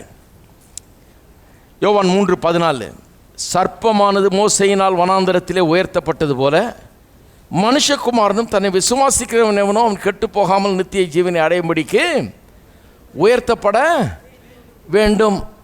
சர்ப்பமானது வனாந்தரத்தில் உயர்த்தப்பட்டதுன்னு எங்கே சொல்லியிருக்குது? பழைய ஏற்பாட்டில் சொல்கிறாரு. மோசேயினாலே சர்ப்பமானது வனாந்தரத்தில் உயர்த்தப்பட்டது போல. எப்போ மோசே சர்ப்பத்தை வனாந்தரத்தில் உயர்த்தினார்? எண்ணாகமும் 21ஆம் அதிகாரத்தில் அதை பற்றி ஒரு கதை வருது இல்லையா? ஜனங்கள் முறுமுறுத்து தேவனுக்கு விரோதமாக பேசின போது சர்ப்பங்கள் வந்து அவர்களை கடித்ததாம். கடித்த போது ஆயிரக்கணக்கான மக்கள் செத்தார்கள். மோசேயும் ஆரோனும் தேவனத்தில் ஓடுறாங்க, ஆண்டவரே இது என்ன வனாந்தரத்தில் கொண்டாந்து சாகடிச்சிட்டுன்னெல்லாம் ஊரே பேசுமே, காப்பாற்றுமென்னு சொல்லி கேட்குறாங்க. ஆண்டவர் சொல்கிறாரு, சரி ஒரு கம்பத்தை எடுங்கள், அந்த கம்பத்தை வைத்து அதன் மேலே வெண்கல சர்ப்பம் ஒன்று செய்து அங்கே வையுங்கள், அந்த உருவத்தை வையுங்கள். யாராவது சர்ப்பம் கடிப்பட்டு சாகிற நிலையில் இருந்தால் அவர்களை அதை நோக்கி பார்க்க சொல்லுங்கள்ன்றார். நோக்கி பார்த்தால் சொஸ்தமாவார்கள்ன்றார். இதுபோல் ஆயிரக்கணக்கான மக்கள் சர்ப்பத்தால் கடிபட்டு சாகிற நிலையிலே அந்த கம்பத்திலே தூக்கப்பட்ட அந்த சர்ப்பத்தை நோக்கி பார்த்தார்கள், சொஸ்தமடைந்தார்கள். இதெல்லாம் ஒரு பிக்சர், ஒரு படம். இதை பற்றி பிரசங்கம் பண்ணியிருக்கேன். அந்த கம்பம் சிலுவையை குறிக்கிறது. அதில் வைக்கப்பட்ட சர்ப்பத்தின் உருவம் இயேசுவை குறிக்கிறது. என்னையா இயேசுவை சர்ப்பமாக சித்தரித்திருக்கிறாங்களே? ஆமாம், அவர் நம்முடைய பாவத்தையும் சாபத்தையும் சுமந்து சாபமானார். மரத்திலே தூக்கப்பட்டவன் எவனும் சபிக்கப்பட்டவன் எழுதியிருக்கிறபடி கிறிஸ்து நமக்காக சாபமாகி நியாயப்பிரமாணத்தின் சாபத்திலிருந்து நம்மை மீட்டு கொண்டார். நம்ம சாபத்திலிருந்து மீட்கும்படியாக அவர் சாபமானார். ஆகவே தான் சாபத்தின் உருவமாயிருக்கிற சர்ப்பத்தை கொண்டு அவர் சித்தரிக்கப்பட்டிருக்கிறார் பழைய ஏற்பாட்டில். மரத்திலே மோசே சர்ப்பத்தை உயர்த்தினது போல அப்படின்னு சொல்லியிருக்குது. அப்போ அங்கே அவர் சாபமானார். அவர் இயேசு எப்படி சிலுவையில் சாபமாவார் என்பதே பழைய ஏற்பாட்டில் இப்படி பல நிழலாட்டங்கள், போதனைகள், சம்பவங்கள் மூலமாக மற்றும் நேரடி வார்த்தைகள் மூலமாகவும் அங்கே பழைய ஏற்பாட்டில் நிறைய நாம் வாசிக்கிறோம். அது மட்டும் இல்லாமல் இன்னொரு வசனத்திற்போம். யோவான் எழுதின சுவிசேஷத்திலே 12ஆம் அதிகாரம் 12:33 நான் பூமியிலிருந்து உயர்த்தப்பட்டிருக்கும் போது எல்லாரையும் என்னிடத்தில் இழுத்து கொள்வேன் என்றார். பூமியிலிருந்து உயர்த்தப்படும் போது எல்லாரையும் என்னிடத்தில் இழுத்து கொள்வேன் என்றார். தாம் இன்ன விதமான மரணமாய் மரிக்கப் போகிறார் என்பதை குறிக்கும்படி இப்படி சொன்னார். பூமியிலிருந்து உயர்த்தப்பட்டிருக்கும் போது எல்லாத்தையும் இழுத்துக்கொள்வேன்றது உயர்த்தப்படுவது எதை குறிக்குது? சிலுவை மரத்திலே உயர்த்தப்பட்டு அங்கே தொங்குனார் பாருங்கள், அதை குறிக்குது. சந்தேகம் இருந்தால் அடுத்த வசனம் சொல்லுது, தாம் என்ன விதமான மரணமாய் மரிக்கப் போகிறார் என்பதை குறித்து இப்படி சொன்னார். பூமியிலிருந்து உயர்த்தப்படுவது என்பது சிலுவை மரணத்தை குறிக்கிறது. அப்போ இவர் சிலுவையில் தான் மரிப்பாருங்கிறத திட்டவட்டமாக பழைய ஏற்பாடு பல விதங்களில் சொல்லிடுச்சு, பல விதங்களில் அறிவித்து விட்டது. அதான் பவுலே சொல்கிறார் இல்லையா, மரத்திலே தூக்கப்பட்டவன் எவனும் சபிக்கப்பட்டவன் என்று எழுதியிருக்கிறபடி. இதெல்லாம் பழைய ஏற்பாட்டில் எழுதியிருக்குது, மரத்தில் தூக்கப்பட்டவன் சபிக்கப்பட்டவன். அந்தபடி தான் இயேசு மரத்தில் தூக்கப்பட்டு கொல்லப்படுவார் என்று பல இடங்களில் அது அப்படியாக அறிவிக்கப்பட்டிருக்கிறது. இதெல்லாம் இயேசுவுக்கும் தெரியும், இன்னும் நிறைய பேருக்கு தெரியும் இல்லையா?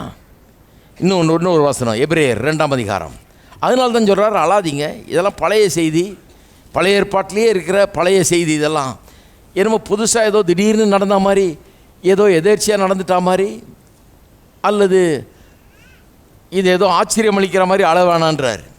2ஆம் அதிகாரம் 9ஆம் வசனம் எபிரேயர். என்றாலும் தேவனுடைய கிருபையினாலே ஒவ்வொருவருக்காகவும் மரணத்தை ருசி பார்க்கும்படி தேவதூதர்களும் சற்று சிறியவராக்கப்பட்டிருந்த இயேசு மரணத்தை உத்தரித்தது நிமித்தம் மகிமையினாலும் கனத்தினாலும் முடி சூட்டப்பட்டதை காண்கிறோம். இயேசுவை பற்றி சொல்லும்போது எப்படி சொல்லியிருக்குது? மரணத்தை ருசி பார்க்கும்படியாகவே அவர் தேவதூதரிலும் சற்று சிறியவராக்கப்பட்டாராம். தேவனிலும் சற்று சிறியவனாக்கப்பட்டு மரணத்தை ருசி பார்க்கும்படி ஒரு மாம்ச சரீரத்தில் வந்தார். மனுஷ ரூபத்தில் வந்தார். தேவனாக இருந்தவர் மனுஷனாக இந்த உலகத்தில் வந்தார் மரணத்தை ருசி பார்க்கறதுக்குன்னு சொல்லியிருக்குது. இப்படி இவர் மரணத்தை ருசி பார்ப்பார் என்பதும் அதை சிலுவையில் அந்த மரணத்தை ருசி பார்ப்பார் என்பதும் பழைய ஏற்பாட்டில் சொல்லப்பட்டிருக்கிற பழைய செய்தி. இது ஒன்றும் புதுசு கிடையாது. அதனால தான் சொல்கிறார், அழாதீர்கள், எனக்காக அழாதீர்கள், இது நடக்க வேண்டிய காரியம். இன்னும் கேட்டால் மறுரூப மலையில் லூக்கா 9ஆம் அதிகாரத்தில் அதை வாசிக்கிறீங்க இல்லையா? இப்போ திறக்க வேணாது. மறுரூப மலையிலே பேதுரு, யோவான், யாக்கோபு ஆகிய 3 சீஷர்களை கூட்டிகிட்டு போகிறார். அங்கே போனால் அவர்கள் கண்களுக்கு முன்பாக மறுரூபமாகிறார், பிரகாசம் அடைஞ்சு அப்படி ஜொலிக்கிறார். அங்கே எலியாவும் மோசேயும் வந்து அவரோட கன்சல்டேஷன் பண்ணுகிறார்கள். அவரோட பேச்சு நடக்குது, சம்பாஷணை நடக்கிறது. இயேசு, எலியா பழைய ஏற்பாட்டு தீர்க்கதரிசியில் ஒருவர், மோசே பழைய ஏற்பாட்டில் ரொம்ப பெரிய தீர்க்கதரிசி. இவங்க 3 பேரும் நின்று பேசிகிட்டு இருக்கிறத பார்த்த பேதுருவுக்கும் யோவானுக்கும் யாக்கோபுக்கும் ஒரே ஆச்சரியம். பேதுரு சொல்கிறான், ஆண்டவரே இங்கேயே இருந்துடலாம், பேசாமல் ஒரு டென்ட்டை போட்டு இங்கேயே இருந்துடலாம், இப்படி ஒரு அனுபவத்தை பார்த்ததே இல்லைன்னு. அங்கே போனால் ரொம்ப இம்பார்ட்டன்ட் டிஸ்கஷன் நடக்குது. என்ன டிஸ்கஷன்னு லூக்காவில் சொல்லியிருக்கு. என்ன டிஸ்கஷன் நடந்துதான், என்ன சம்பாஷணையா? அவர் எருசலேமிலே நிறைவேறப் போகிற அவருடைய மரணத்தை குறித்து அவர்கள் சம்பாஷித்தார்கள் என்று இருக்கிறது. ரொம்ப முக்கியமான மேட்டரை பேசிகிட்டு இருக்கிறாங்க. எதை பற்றி பேசிகிட்டு இருக்கிறாங்க? இயேசு வண்டையில் அவர் நிறைவேற்ற இருக்கிற மரணத்தை குறித்து. அப்போ இயேசுவுக்கு அவருடைய மரணம் என்பது, அவருடைய பாடுகள் என்பது, இந்த சிலுவை பாடுகள், மரணம் என்பது ஒரு திடீர்னு சர்ப்ரைஸாக வந்த ஒரு காரியம் இல்லை. இது அவருக்கு ஒரு புதிரான ஒரு காரியம் அல்ல. இவர் எதிர்பார்த்து கொண்டிருந்த காரியம், நன்கு அறிந்திருந்த காரியம். இதை பற்றி மோசேயினோடையும் எலியாவோடையும் டிஸ்கஸ் பண்ணிலாம் இருந்திருக்கிறாரு. அவ்வளவு நன்றாய் தெரிந்து வைத்திருக்கிற ஒரு காரியம். அதனால தான் சொல்கிறாரு, எனக்காக அழாதீர்கள். ஏன்னா நான் இதுக்காக தான் வந்திருக்கிறேன். இதை பற்றி பழைய ஏற்பாட்டில் நிறைய சொல்லியிருக்குது, உங்களுக்கு தெரியாதா, ஏன் அழுகிறீங்க அப்படின்றாரு. அடுத்தது 3வது காரணம், ஏன் அழாதீங்கன்னு சொல்கிறாரு. என்ன நடக்குதுன்னு அவருக்கு விளங்குது. இங்கே என்ன நடந்துக்கிட்டு இருக்குதுன்னு விளங்குது. அதாவது ஏதோ பொல்லாத மனுஷர்களை பிடிச்சிட்டாங்க, இவரை சூழ்ந்து கொண்டார்கள், அரெஸ்ட் பண்ணிட்டாங்க, கன்விக்ட் பண்ணிட்டாங்க, சென்டென்ஸ் பண்ணிட்டாங்க. இவர் தண்டனை அனுபவிக்க போகிறார். இப்போது பாவம் இவர் தனியாக மாட்டிக்கிட்டார். அவங்கெல்லாம் பெரிய கும்பலாக இவரை பிடிச்சிட்டாங்களாக்கும், அடிக்கிறாங்களாக்கும், கொல்ல போகிறாங்களாக்கும். அப்படிங்கிற சூழ்நிலை கிடையாது. இங்கே என்ன நடக்குதுன்னு அவருக்கு நல்லா விளங்குது. நீங்களும் நல்லா விளங்குங்கன்றார். அதனால் அழாதீங்கன்றார். என்னுடைய மரணத்தை குறித்து அழாதீங்க, என்ன நடக்குதுன்னு நல்லா விளங்குங்கன்றார். என்ன நடக்குதுங்க? அப்போஸ்தலனாகிய பேதுரு பெந்தேகோஸ்து நாளில் அவர் பண்ண முதல் பிரசங்கம் பாருங்கள். இயேசு பரமேறின பிறகு, உயிர் தெழுந்து பரமேறின பண்ண முதல் பிரசங்கத்தில் அங்கே என்ன நடந்ததுன்னு சொல்கிறார். சிலுவையில் அறையப்படும் போது என்ன நடந்ததுன்னு சொல்கிறார். வாசிப்போம் 22ஆம் வசனம், 2:22 அப்போஸ்தலர் நடபடிகள். இஸ்ரவேலரே, நான் சொல்லும் வார்த்தைகளை கேளுங்கள். பேதுருடைய பிரசங்கம் இது. நீங்கள் அறிந்திருக்கிறபடி நசரேயனாகிய இயேசுவை கொண்டு தேவன் உங்களுக்குள்ளே பலத்த செய்கைகளையும் அற்புதங்களையும் அடையாளங்களையும் நடப்பித்து அவைகளினாலே அவரை உங்களுக்கு வெளிப்படுத்தினார். நாசரேத்து ஊரானாகிய இயேசுவை கொண்டு பலத்த காரியங்களை செய்து தேவன் தம்மை உங்களுக்கு வெளிப்படுத்தினார். அப்புறம் சொல்கிறார், அப்படி இருந்தும் தேவன் நிர்ணயித்திருந்த ஆலோசனையின்படியும் அவருடைய முன்னறிவின்படியும் ஒப்பு கொடுக்கப்பட்ட அந்த இயேசுவை நீங்கள் பிடித்து அக்கிரமக்காரருடைய கைகளினாலே சிலுவையில் ஆணி அடித்து கொலை செய்தீர்கள். எப்படி சொல்கிறாரு பாருங்க. வசனத்தை வாசிக்கும்போது நல்லா கவனிக்கணும். என்ன மாதிரி சொல்கிறாரு பாருங்க. அவர் சொல்கிறாரு, தேவன் நிர்ணயித்திருந்த ஆலோசனையின்படியே. சிலுவை எப்படி நடந்தது? ஏதோ மாட்டிக்கிட்டாருங்க, அடிச்சிட்டாங்க, பிடிச்சி சிலுவையில் அரைஞ்சிட்டாங்க, அப்படி இல்லை. தேவன் ஏற்கனவே நிர்ணயித்திருந்தாராம், இப்படி நடக்க வேண்டும் என்று, இவர் சிலுவையில் மரிக்க வேண்டும் என்று, சிலுவையில் அறையப்பட வேண்டும் என்று, இப்படி இவர் சாக வேண்டும் என்று தேவன் முன்னாலே நிர்ணயித்திருந்தார். நிர்ணயித்திருந்தபடியே நடக்கிறது என்றார், நடந்தது என்றார். அவருடைய சிலுவை மரணம் நிர்ணயித்திருந்தபடியே என்று மட்டும் இல்லை, தேவனுடைய முன்னறிவின்படியே. தேவன் நிர்ணயித்திருந்தபடியேயும் அவருடைய முன்னறிவின்படியேயும் ஒப்பு கொடுக்கப்பட்ட அந்த இயேசுவை சிலுவையில் மரித்தார்ன்றது எப்படி நடந்தது? மனுஷருடைய சித்தத்தினால் அது நடக்கலைன்றாரு, தேவனுடைய சித்தத்தினால் நடந்தது. தேவன் இவரை பலியாக்குகிறார். பாவத்துக்கு பலியாக அந்த சிலுவை என்கிற அந்த பலிபீடத்திலே இவரை பலியாக இவர் செலுத்துகிறார், மனுஷனுடைய பாவத்துக்கு பலியாக அப்படிங்கிறாரு. தேவனுடைய ஆலோசனையின்படியும் அவருடைய முன்னறிவின்படியும் நடந்த இது. அந்த இயேசுவை நீங்கள் அக்கிரமக்காரருடைய கைகளினாலே சிலுவையில் ஆணி எடுத்து கொலை செய்தீர்கள். இப்படி சொல்லலாம் இந்த வசனத்தை. வெறும் கையை தான் இவங்களுது, கையை தான் ரோம போர் சிலுவையில் அரைஞ்ச கையை தான் இவங்களுது. திட்டமெல்லாம் ஆண்டவருது, சித்தமெல்லாம் ஆண்டவருது. அவருடைய நோக்கம் சித்தம், அதன்படி தான் அவர் சிலுவையில் அறையப்பட்டார். வெறும் இந்த மனுஷரில் யூஸ் பண்ணிக்கிட்டாரு. அப்போ எவ்வளவு தெரியுது பாருங்கள், அவருடைய மரணத்தை பற்றி எவ்வளோ தெரிஞ்சு வச்சுருக்கிறார் பாருங்கள். இது கடவுளுடைய சித்தத்தால் நடக்கிற ஒன்று. கடவுள் இப்படி நடக்கணும்னு விரும்புகிறார், அவருடைய சித்தத்தால் நடக்கிற ஒன்று. அதனால தான் சொல்கிறாரு, நீங்கள் அழாதீர்கள் என்றார். அதான் யோவான் ஸ்நானன் சொல்கிறான் பாருங்கள். ஒரு முறை இயேசு வர்றதை பார்த்துட்டு சொல்கிறான், இதோ உலகத்தின் பாவத்தை சுமந்து தீர்க்கிற தேவாட்டுக்குட்டி. பாவத்தை சுமந்து தீர்க்கிற தேவாட்டுக்குட்டினா யூதர்கள் மத்தியில் ரொம்ப நல்லா தெரியுமா? ஏன்னா ஆட்டுக்குட்டியை கொண்டு போய் தேவாலயத்தில் அப்பப்போ அடித்தாங்க, கொலை பண்ணாங்க, ரத்தத்தை சிந்தினாங்க, பலியிட்டார்கள். இவரை காமிச்சு சொல்கிறார், இயேசுவை காமிச்சு சொல்கிறார் யோவான் ஸ்நானகன், இதோ உலகத்தின் பாவத்தை சுமந்து தீர்க்கிற ஆட்டுக்குட்டின்றார். அப்போ இயேசுவுக்கும் தெரியுது, யோவானுக்கும் தெரியுது, இவரை எல்லாருக்கும் சுட்டி காண்பிக்கிறார். இதுதான் ஆட்டுக்குட்டி. இந்த ஆட்டுக்குட்டியெல்லாம் சும்மா அடையாளத்துக்கு தான். மற்ற ஆட்டுக்குட்டி நம்ம தினந்தோறும் பலியிடுறதெல்லாம், அந்த ஆட்டுக்குட்டி யாருடைய பாவத்தை போக்க முடியாது. ஆனால் இவர் தான் தேவாட்டுக்குட்டி, உலகத்தின் பாவத்தை சுமந்து தீர்க்கிற தேவாட்டுக்குட்டின்னு காண்பிக்கிறார். இயேசுக்கு நல்லா தெரியுது பாருங்க தான் யாருன்னு. இது தேவனுடைய சித்தத்தின்படி நடக்குதுன்னு. கெத்செமனே தோட்டத்தில் இரத்த வேர்வை சிந்துறார். ஏன்னா தாம் அனுபவிக்க போகிற பாடுகளை எண்ணி பார்க்கிறார். எந்த மனுஷனும் இப்படிப்பட்ட பாடுகளை அனுபவித்ததும் இல்லை, அனுபவிக்க போகிறதும் இல்லை, அனுபவிக்கவும் முடியாது. ஏன்னா இது வித்தியாசமான பாடுகள். இது சும்மா ஒரு சாதாரண மனுஷன் பாடுபடுறது இல்லை. உலகத்தின் பாவத்தை ஒரு மனுஷன் சுமக்கிறது. யார் அதை அனுபவிச்சிருக்கா சொல்லுங்கள்? இப்படிப்பட்ட பாடுகளை எந்த மனுஷனும் அனுபவித்ததும் இல்லை, அனுபவிக்க போகிறதும் இல்லை, அனுபவிக்க முடியாது. அப்போ அந்த நேரத்தில் அவர் கதறுகிறார், பிதாவே உமக்கு சித்தமானால் இந்த பாத்திரம் என்னை விட்டு நீங்கும்படி செய்யும்ன்றார். அப்புறம் உடனே உள்ளே தெரியுது அவருக்கு, இல்லை இது அவருடைய சித்தம். அப்புறம் கேட்டு என்ன பிரயோஜனம்? கேட்டு பிரயோஜனம் கிடையாது. சித்தமானால் நீங்கும்படி செய்யுன்ட்டு வேதனையின் நிமித்தம் அப்படி பேசுகிறாரு. டக்குன்னு சொல்கிறாரு, இருந்தாலும் உம்முடைய சித்தம் அல்ல, என்னுடைய சித்தம் அல்ல, உம்முடைய சித்தமே ஆகட்டும் என்று ஒப்பு கொடுக்குறார் பாருங்கள். அப்போ இயேசுவுக்கு திட்டவட்டமாக தெரியுது இது தேவனுடைய சித்தம், அவருடைய சித்தத்தின்படி நடக்கிற சாவு இது. அதனால் அழாதீங்கன்றார். நான் சாகிறதை பற்றி அழாதுன்றார். ஏன்னா அது கர்த்தருடைய சித்தம், அது நிறைவேறுது, அழுது கெடுக்காதீங்கன்றார். அடுத்தது இன்னொரு காரணம், 4வது காரணம் ஏன் அழாதீங்கன்றாரு. இந்த சிலுவை மரணத்தின் மூலமாக தேவன் மகிமைப்பட போகிறார். இதுவும் யோவான் 12ஆம் அதிகாரத்தில் ரொம்ப அருமையாக சொல்லப்பட்டிருக்குது. யோவான் 12ஆம் அதிகாரத்தில் முழுக்க நிறைய சிலுவையை பற்றி தான் அங்கே வருது.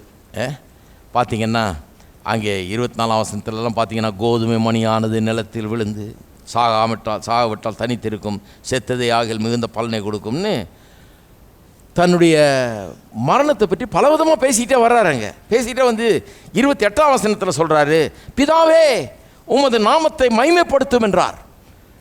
கான்டெக்ஸ்ட் என்ன, எந்த சந்தர்ப்பத்தை சொல்கிறார்? சிலுவை மரணத்தை பற்றி பேசிகிட்டு இருக்கும்போது சொல்கிறார், பிதாவே உடைய நாமத்தை மகிமைப்படுத்தும். அப்படின்னா என்ன அர்த்தம்? பிதாவே என்னுடைய மரணத்தின் மூலமாக, அதை நிறைவேற்றுவதன் மூலமாக, அதை செய்து காட்டுவதன் மூலமாக, அதை செய்து முடிப்பதன் மூலமாக உம்முடைய நாமத்தை மகிமைப்படுத்தும் என்று கேட்கிறார். அதுக்கு தேவன் பதில் சொல்கிறார் பாருங்க. அப்பொழுது கர்த்தர் கொடுக்குற பதில் பாருங்க, தேவன் கொடுக்குற பதில், அப்பொழுது மகிமைப்படுத்தினேன் இன்னமும் மகிமைப்படுத்துவேன் என்கிற சத்தம் வானத்திலிருந்து உண்டாயிற்று. கர்த்தர் சொல்கிறார், ஆமாம்மா மகிமைப்படுத்தியிருக்கேன் ஏற்கனவே, இன்னமும் மகிமைப்படுத்துவேன். சிலுவை மரணத்தை போல தேவனை மகிமைப்படுத்துகிறது எதுவுமே கிடையாது. ஏன்னா சிலுவை மரணம் மட்டும் இல்லைன்னா தேவனுடைய அன்பை குறித்து ரொம்ப எஃபெக்டிவாக இன்றைக்கி ப்ரீச் பண்ணவே முடியாது. தேவனுடைய அன்பை இன்றைக்கு உலகத்துக்கு அறிவிக்கணும்னா சிலுவை மரணம் தான் அதுக்கு ஆதாரமாக இருக்கிறது. தேவனுடைய ஞானத்தை குறித்து இந்த உலகத்துக்கு வெளிப்படுத்தி காட்டுகிறது சிலுவை. மற்ற எல்லாற்றை காட்டிலும் சிலுவை தான் அதை ரொம்ப அதிகமாக வெளிப்படுத்தி காட்டுகிறது. ஏன்னா பாவத்தின் சம்பளம் மரணம், பாவம் செய்கிற ஆத்மா சாகுன்னு கர்த்தர் சொல்லிட்டாரு. அவருடைய வார்த்தையை அவரே மீற முடியாது. அதனால் சும்மா மனுஷனை மன்னிச்சு விட முடியாது. பாவத்துக்கு தண்டனை கொடுத்தாகணும், பாவம் செய்தவனை சாகடிச்சாகணும், கொன்று ஆகணும். பாவத்தின் சம்பளம் மரணம். கொல்லாமல் அவனை ரட்சிக்க முடியாது. ஆனால் கொன்னுட்டா நான் செத்துருவேனே, அப்புறம் எப்படி ரட்சிக்கிறது? என்னை கொன்னுட்டா பாவத்துக்காக என் ஜீவன் போயிடும், அப்புறம் எப்படி ரட்சிப்பு? அப்போ மரண தண்டனையும் கொடுக்கணும், அதே நேரத்தில் ரட்சிக்கவும் செய்யணும், அதே நேரத்தில் நான் சாகாமலும் பார்த்துக்கணும். எப்படி பண்ணுறது? எல்லாம் நினச்சாங்க எப்படிடா பண்ணுறது, இது பண்ண வழியே இல்லைன்னு. அவர் பண்ணிட்டார். அவருடைய ஞானத்தின்படி, அனந்த ஞானத்தின்படி எப்படி பண்ணார்? எல்லாருடைய பாவத்தையும் தூக்கி அவருடைய குமாரன் மேலே போட்டு அந்த ஒருவரை எல்லாருக்காகவும் மறிக்க செய்து விட்டார். ஆகவே எல்லாரும் மறிக்க வேண்டியதில்லை, அவர் மரித்தார் சிலுவையில். ஆகவே நாம் பிழைக்கிறோம். இன்றைக்கு தேவனுடைய ஞானம், தேவனுடைய வல்லமை, உயிர்த்தெழுதல் மூலமாக தேவன் தம்முடைய வல்லமையை வெளிப்படுத்தி இருக்கிறார். தேவனுடைய அன்பு, தேவன் தம்முடைய ஒரே பேரான குமாரனை விசுவாசிக்கிறவன் கெட்டு போகாமல் நித்திய ஜீவனை அடையும்படிக்கு அவரை தந்தருளி இவ்வளவாய் உலகத்தில் அன்பு கூர்ந்தார். தேவன் எவ்வளவு அன்பு கூர்ந்தார்? எவ்வளவாய் அன்பு கூர்ந்தார்னு கேட்டிங்கன்னா, இவ்வளவாய் அன்பு கூர்ந்தார். எவ்வளவாய்? தம்முடைய சொந்த குமாரன் என்றும் பாராமல் சிலுவையில் அவரை ஒப்பு கொடுத்தார், சாகும்படியாய் கொடுத்தார். இப்படி செய்தவர் மற்ற எல்லாவற்றையும் நமக்காக அருளாதிருப்பது எப்படி? நாம் பாவிகளாக இருக்கும்போது, அக்கிரமக்காரர்களாக இருக்கும்போது, தேவனுக்கு சத்துருக்களாக இருக்கும்போதே தேவன் நமக்காக அவரை சிலுவையிலே சாகடித்தார், கொன்றார். இதுதான் தேவனுடைய அன்பு. தேவனுடைய அன்பை பற்றி பேசினா சிலுவையை பற்றி பேச வேண்டியதாக இருக்குது. சிலுவை இல்லாமல் தேவனுடைய அன்பை முழுமையாக விளக்கி சொல்ல முடியாது. ஆகவே தேவனை மைமைப்படுத்துகிறதுக்கு சிலுவையை காட்டிலும் பெரிய ஒன்று எதுவும் கிடையவே கிடையாது. சிலுவை தேவனுடைய நாமத்தை உயர்த்துகிறது, மைமைப்படுத்தி காட்டுகிறது. கடைசியா இன்னொரு காரணம், ஏன் அழாதீங்கன்றாரு? ஏன் எனக்காக அழாதீங்கன்றாரு? காரணம் சொல்லிட்டு வரேன். இன்னொரு காரணம் என்னென்னா, இந்த சிலுவை மரணத்தின் மூலமாக சம்பவிக்க போகிறது என்ன என்பதையும் அவர் அறிந்து வைத்திருந்தார். சம்பவிக்க போகிறது என்ன? யோவான் 12ஆம் அதிகாரத்துக்கு திரும்பவும் போவோம். யோவான் 12ஆம் அதிகாரத்தில் 31ஆம் வசனத்தை வாசிக்கிறேன். முதல்ல 32, 33 வாசத்தம். பூமியிலிருந்து உயர்த்தப்பட்டிருக்கும் போது எல்லாரும் என்னிடத்தில் இழுத்துக்கொள்வேன்னு. அதுக்கு முந்தின வசனத்தை பாருங்கள். இதுவும் சிலுவை என்ற கான்டெக்ஸ்டில் தான் வருது. சிலுவை பற்றி தான் சொல்கிறார். இப்பொழுதே, எப்பொழுதே? இவர் சிலுவையில் அறையப்படும் போது என்ன நடக்க போதான்? இப்பொழுதே இந்த உலகத்துக்கு நியாய தீர்ப்பு உண்டாகிறது. இப்பொழுதே இந்த உலகத்தின் அதிபதி புறம்பாக தள்ளப்படுவான். அதாவது சிலுவையில் அறியப்படும் போது இந்த உலகத்தின் அதிபதியாக பிசாசு, he'll be cast out. அவன் புறம்பாக தள்ளப்படுவான். அவனுடைய ஆதிக்கம் முடிவடைய போகிறது. ஜனங்கள் மீது அவனுடைய ஆளுகை, அவனுடைய பிடி தளரப்போகிறது. ஏனென்றால் அவனை செயலிழக்க பண்ண போகிறார், அவனை தோற்கடிக்க போகிறார். சிலுவை பிசாசை தோற்கடிக்கிற ஒரு செயலாக இருக்கிறது. கொலோசியர் 2:15 எப்படி சொல்லியிருக்குது? துரைத்தனங்களையும் அதிகாரங்களையும் உரிந்து கொண்டு வெளியரங்க கோலமாக்கி அவைகளின் மேல், எவைகளின் மேல்? துரைத்தனங்கள், அதிகாரங்கள், பிசாசு, அவைகளின் சக்தி வல்லமைகள், அவைகளின் மேல் சிலுவையிலே வெற்றி சிறந்தார். எங்கே வெற்றி சிறந்தார்? சிலுவையில். மனுஷனாகிய இயேசு மனுஷனுடைய பிரதிநிதியாக மனுஷனுக்காக நம்முடைய ஸ்தானத்தில் இருந்து கொண்டு சிலுவையிலே பிசாசை ஜெயித்தார். அவருடைய ஜெயம் உங்களுடைய ஜெயம், என்னுடைய ஜெயம். இதுதான் சிலுவை. இதனால தான் சொன்னார் அழாத. இதில் அழுகிறதுக்கு என்ன இருக்குது? இந்த சிலுவை மரணம் உனக்கு ரட்சிப்பை கொண்டு வரப்போகுது, பிசாசிலிருந்து விடுதலையை கொண்டு வரப்போகுது, புது வாழ்வை உனக்கு கொண்டு வரப்போகிறது. இப்போ காரணங்களை கவனிங்க. எதுக்கு அழக்கூடாதுன்னாரு? ஒன்று, இது வெறும் இயற்கை கண்ணீர்.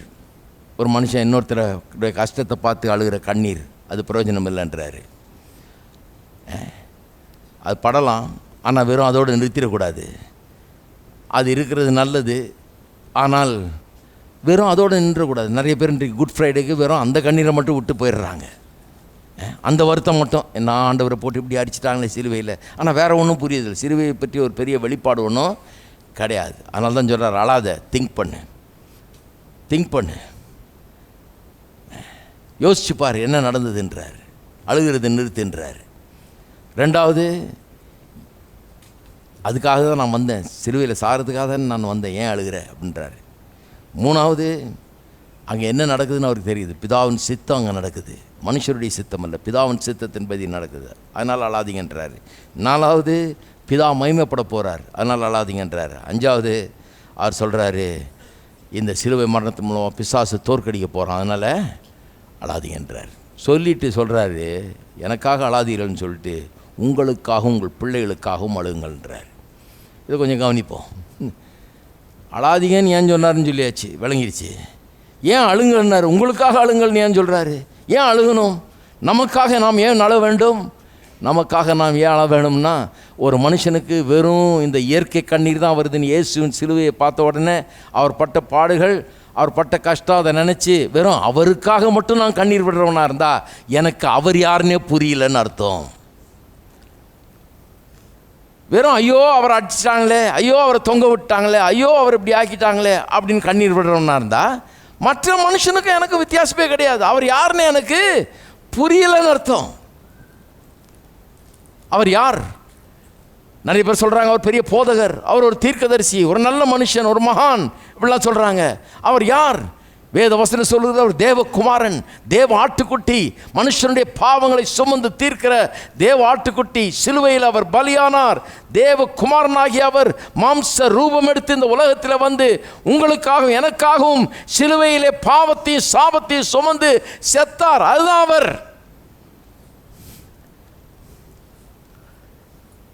இது தெரிஞ்சா அந்த அழுகை வராது. எந்த அழுகை? சாதாரணமாக பரிதாபப்பட்டு அழுகிறோம் பாருங்க, அந்த அழுகை வராது. ஏன்னா தெரியுது நமக்கு இவர் தேவகுமாரன். இந்த மரணத்தில் ஏதோ பெரிய விஷயம் அடங்கி இருக்குது. கர்த்தர் எதையோ நிறைவேற்றிக்கிட்டு இருக்கிறாரு, நம்முடைய நன்மைக்காக ஏதோ நடக்குது. அதனால் கண்ணீரை தொடச்சிக்கிட்டு அங்கே என்ன நடக்குதுன்றதை பார்க்க ஆரம்பிப்போம். நம்ம அந்த அழுகை வரவே வராது. அதெல்லாம் விளங்காத ஆளுகள் தான் வெறும் இந்த நேச்சுரல் டியர்ஸ், நேச்சுரல் வீப்பிங் தான் அவர்களுக்கு மிஞ்சம், வேறு ஒன்றுமே இருக்காது. அவர்கள் வெறும் ஒரு இயற்கை பிரகாரமாக அவர் செத்தார், அதனால் நான் இன்றைக்கி சாப்பிடல. அவர் செத்தார், அதனால் வெறும் கஞ்சியும் துவையிலும் போதும், எனக்கு மட்டன் வேணாம் இன்றைக்கி. அவர் செத்த நாள், அதனால் நான் சிலர் சிரிக்க கூட மாட்டாங்க. ஏன்னா யாராவது செத்துட்டா சிரிக்க மாட்டோம்ல, அதனால் நம்ம சிரிக்க முடியாது, சந்தோஷமாக இருக்க முடியாது, ஏன்னா அவர் செத்துட்டார். இதெல்லாம் வெறும் நேச்சுரல் ரியாக்ஷன்ஸ் தான், நேச்சுரல் வருத்தம் தான். வெறும் இயற்கை பிரகாரமான ஒரு மனுஷன், ஒரு சாதாரண மனுஷன் மாதிரி தான் நடந்துக்கிறோம். நம்ம அப்படி பண்ணோம்னா பெரிய ஆவிக்குரியவர்களாக நம்ம நடந்துக்கல. ஒரு சாதாரண உலகத்தார் கூட யார் வேணால் அப்படி பண்ணுவாங்க பாருங்கள். ஒரு இப்போ பக்கத்து வீட்டில் ஒருத்தன் செத்துட்டா இந்த வீட்டில் இருக்கிறவன் என்னன்னு கூட கேட்டுருக்க மாட்டான் அது வரைக்கும். ஆனால் அன்றைக்கி போய் ஒரு மாலையை வாங்கிட்டு போட்டு லேசாக ஒரு கண்ணீர் விட்டு துடைச்சிட்டு உங்களையும் பார்த்து ஒரு வார்த்தை சொல்லிட்டு போவாங்கள்ல. ஏன்னா மனுஷர்கள். ஒருத்தர் துக்கப்படும் போது அழுகிறவருடனே அழுகுங்கள்னு சொல்லியிருக்கு பாருங்கள். அது உலகத்தில் நடக்கிற ஒரு சர்வசாதாரணமான காரியம். அந்த வசனம் பார்த்துருக்கீங்களா? அழுகிறவருடனே அழுங்கள். நிறைய பேர் நினைக்கிறாங்க அது ரொம்ப கஷ்டம். கிடையவே கிடையாது, அதுதான் ரொம்ப ஈஸி. எல்லா மனுஷருக்கும் வரும். பக்கத்து வீட்டில் ஒருத்தன் செத்து போயிட்டான்னா ஐயோ பாவம், நல்லா டெய்லி பார்ப்பேன் நான், ரோட்டில் சும்மா பார்த்துருப்பான் அவர், அவ்வளோதான், அவ்வளோ கூட சொல்லியிருக்க மாட்டான். ஐயோ அவர் இறந்து போயிட்டாரு அப்படின்னு அது ஒரு பெரிய துக்கத்தை உண்டாக்குது இல்லையா? ஆனால் அதே வசனத்தில் அடுத்த பகுதி பாருங்கள், சந்தோஷப்படுறவுடனே சந்தோஷப்படுங்கள். அது லேசாக வராது. பக்கத்து வீட்டுக்காரன் வீடை பெருசாக கட்டினானே இவன் சந்தோஷப்படுவான்னு நினைக்கிறீங்களா? இங்கே உட்காந்து ஒரு மாதிரி பார்த்துட்டு இருப்பான். அது எப்படி கட்டினா? அவன் ஏதோ ஸ்மக்லிங் பண்ணுறான்னு நினைக்கிறேன் நான். எப்படி அவ்வளோ காசு வந்தது அவனுக்கு? எங்கேருந்து வருமானம் வருது அவனுக்கு? எப்படி இப்படி கட்டினா? சந்தோஷப்படுறவனோட சந்தோஷப்படணும்னா அது இயற்கையாக வர்ற காரியம் இல்லை, அது ஒரு ஆவிக்குரியவனாக இருக்கணும். பொறாமலாம் இல்லாமல் இன்னொருத்தன் நல்லா இருக்கிறத பார்த்து சந்தோஷப்படுறதுக்கு அதுக்கு ஒரு பெரிய ஆவிக்குரிய தன்மை வேணும் பாருங்கள். ஏன்னா இயற்கை தன்மை என்ன தெரியுமா? ஒருத்தன் சந்தோஷப்பட்டான்னா அவனை பார்த்து பொறாமப்படுறது தான். எனக்கு 2 லட்சம் சம்பளத்தில் ஒரு வேலை கிடச்சிருக்குனானா பா எவனுக்கோ கிடைக்கிது, எனக்கு தான் கிடைக்க மாட்டேன். இவன் பாருங்கள், எந்த ஊர்லேருந்தோ இங்கே வந்தாங்க, நேற்று வந்தவன் அவனுக்கு கிடைக்கும். நான் இந்த ஊர்லேயே இருக்கிறேன், பட்டணத்தான், எனக்கு கிடைக்க மாட்டேங்குது. எங்கேருந்தோ வந்தான் இந்த பையன், இன்றைக்கி 2 லட்சம் சம்பளம்ன்றான், நமக்கு தான் கிடைக்க மாட்டேங்குது. போங்க, சந்தோஷம் எங்கே போச்சு? கஷ்டம் வர்றதுக்கு. ஏன்னா இயற்கையாக அது வராது. அழுகை இயற்கையாக வந்துடும், சந்தோஷம் வராது. சரி, நல்லா கவனிங்க. எனக்காக அழாதீர்கள்ன்றார், உங்களுக்காக அழுங்கள்ன்றார். ஏன் அழுகணும்? ஏன்னா நிறைய பேருக்கு ஏன் அவங்க அழுகணுன்னா அவங்களுக்கு ஆண்டவர் யாருன்னு தெரியல, இயேசு யாருன்னு தெரியல, அவர் தேவகுமாரன்னு தெரியல, அவருடைய பாவத்துக்காக வந்தார், அதுக்காக மரித்தார், அவருடைய பாவத்தை சுமந்தார் என்று தெரியல, அதற்காக அழ வேண்டும். 2வது, அவர்கள் யாருங்கிறதும் அவர்களுக்கு புரியல. அவர் யாருன்னு புரியல, தங்களையும் அவர்களால் புரிந்து கொள்ள முடியல. அவர்கள் பாவிகள், என்னுடைய பாவத்துக்கு ஒரு பாவம் மன்னிப்பு தேவைப்படுகிறது, என்னுடைய பாவங்கள் மன்னிக்கப்பட வேண்டும், பாவம் மன்னிப்பாக மீட்பு அவருடைய ரத்தத்தின் மூலமாக தான் உண்டாகிறது, எனக்கு அது தேவைங்கிறது அந்த உணர்வே அவர்களுக்கு கிடையாது. தங்களுடைய சின்ஃபுல் கண்டிஷன், தங்களுடைய பாவ நிலைமையை குறித்த ஒரு உணர்வு அவர்களுக்கு கிடையாது. அப்படிப்பட்டவர்கள் தான் சொல்கிறாரு, உங்களுக்காக அழுங்கள், உங்கள் பிள்ளைகளுக்காக அழுங்கள்ன்றாரு.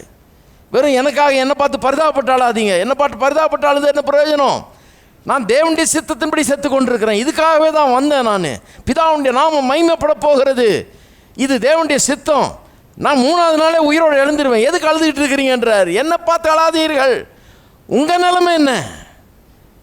என்னை யாருன்னு புரிஞ்சுக்கிட்டீங்களா? நான் எதுக்கு வந்தேன்னு புரிஞ்சுக்கிட்டீங்களா? உங்கள் பாவம் மன்னிக்கப்பட்டிருக்கிறதா? மனுஷன் யாரு? தேவனுடைய சாயலின்படி உண்டாக்கப்பட்டவன், தேவனைப் போலவே உண்டாக்கப்பட்டவன், எல்லாவற்றையும் ஆண்டு கொள்ளும்படியாக உண்டாக்கப்பட்டவன், சகலத்துக்கும் அதிகாரியாக வைக்கப்பட்டவன், எல்லாவற்றையும் ஆண்டு கொள்ளும்படியாக வைக்கப்பட்டவன். என்ன ஆச்சு அவனுக்கு?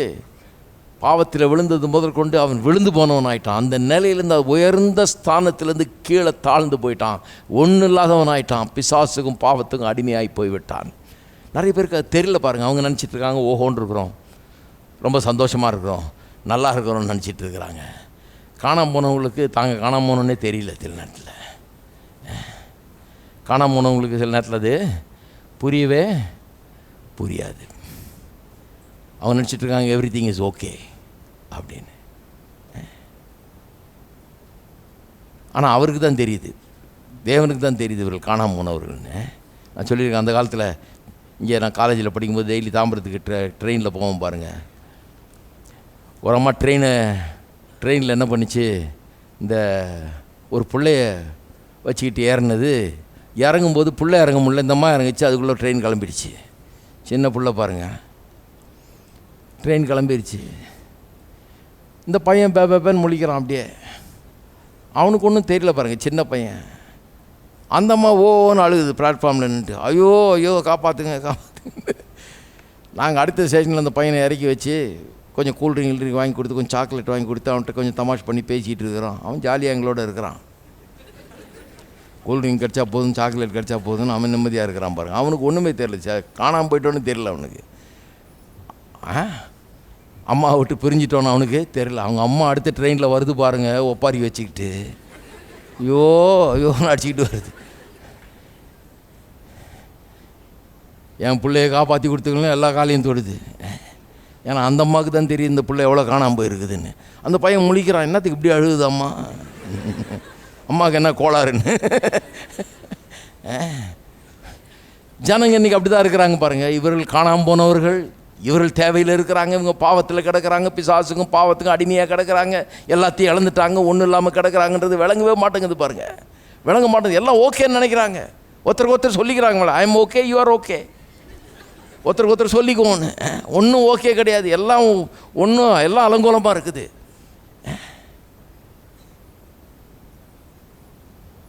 தாங்க யாருன்னு புரியல. அதனால தான் உங்களுக்காக அழுங்கள்ன்றார். ஏன்னா இதை புரியாத ஆளுகள் கண்டிப்பாக அழுகணும். நீங்கள் உங்களுக்காக அழுதுருக்கிறீர்களா? நீங்கள் உணர்ந்திருக்கிறீர்களா? நான் பாவி, எனக்கு ஒரு ரட்சகர் தேவை, எனக்கு பாவ மன்னிப்பு தேவைன்னு. ரட்சிக்கப்பட்டவர்கள் அப்படி ஒரு அழுகையை அனுபவித்தவர்கள்.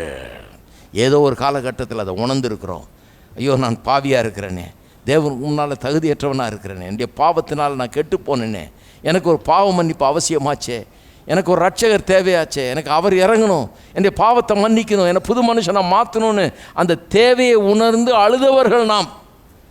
அழுததுனால இன்னைக்கு கொண்டாடிக்கிட்டு இருக்கிறோம் அவருடைய சிலுவை மரணத்தை. ஏன்னா அவருடைய சிலுவை மரணம் தான் நமக்கு பாவ மன்னிப்பை பெற்று தந்திருக்கிறது, இல்லைங்களா? சரி, எனக்காக அழாதீர்கள், உங்களுக்காக அழுங்கன்றார். ஏன்? ஒன்று, நான் யாருன்னு தெரியலன்னா அதுக்காக அழுகணும், தெரியாத காரணத்தினால அழுகணும். நீங்கள் யாருன்னு உங்களுக்கு புரியலன்னா அதுக்காக அழ வேண்டியதாக இருக்குது. இன்னொன்று முக்கியமான காரியம் இங்கே சொல்கிறாரு. திருப்பங்கள் லூக்கா எழுதின சுவிசேஷம் 23ஆம் அதிகாரம் நம்ம வாசித்த அந்த வசனத்துக்கு திருப்போம். 23ஆம் அதிகாரத்தில் லூக்கா 23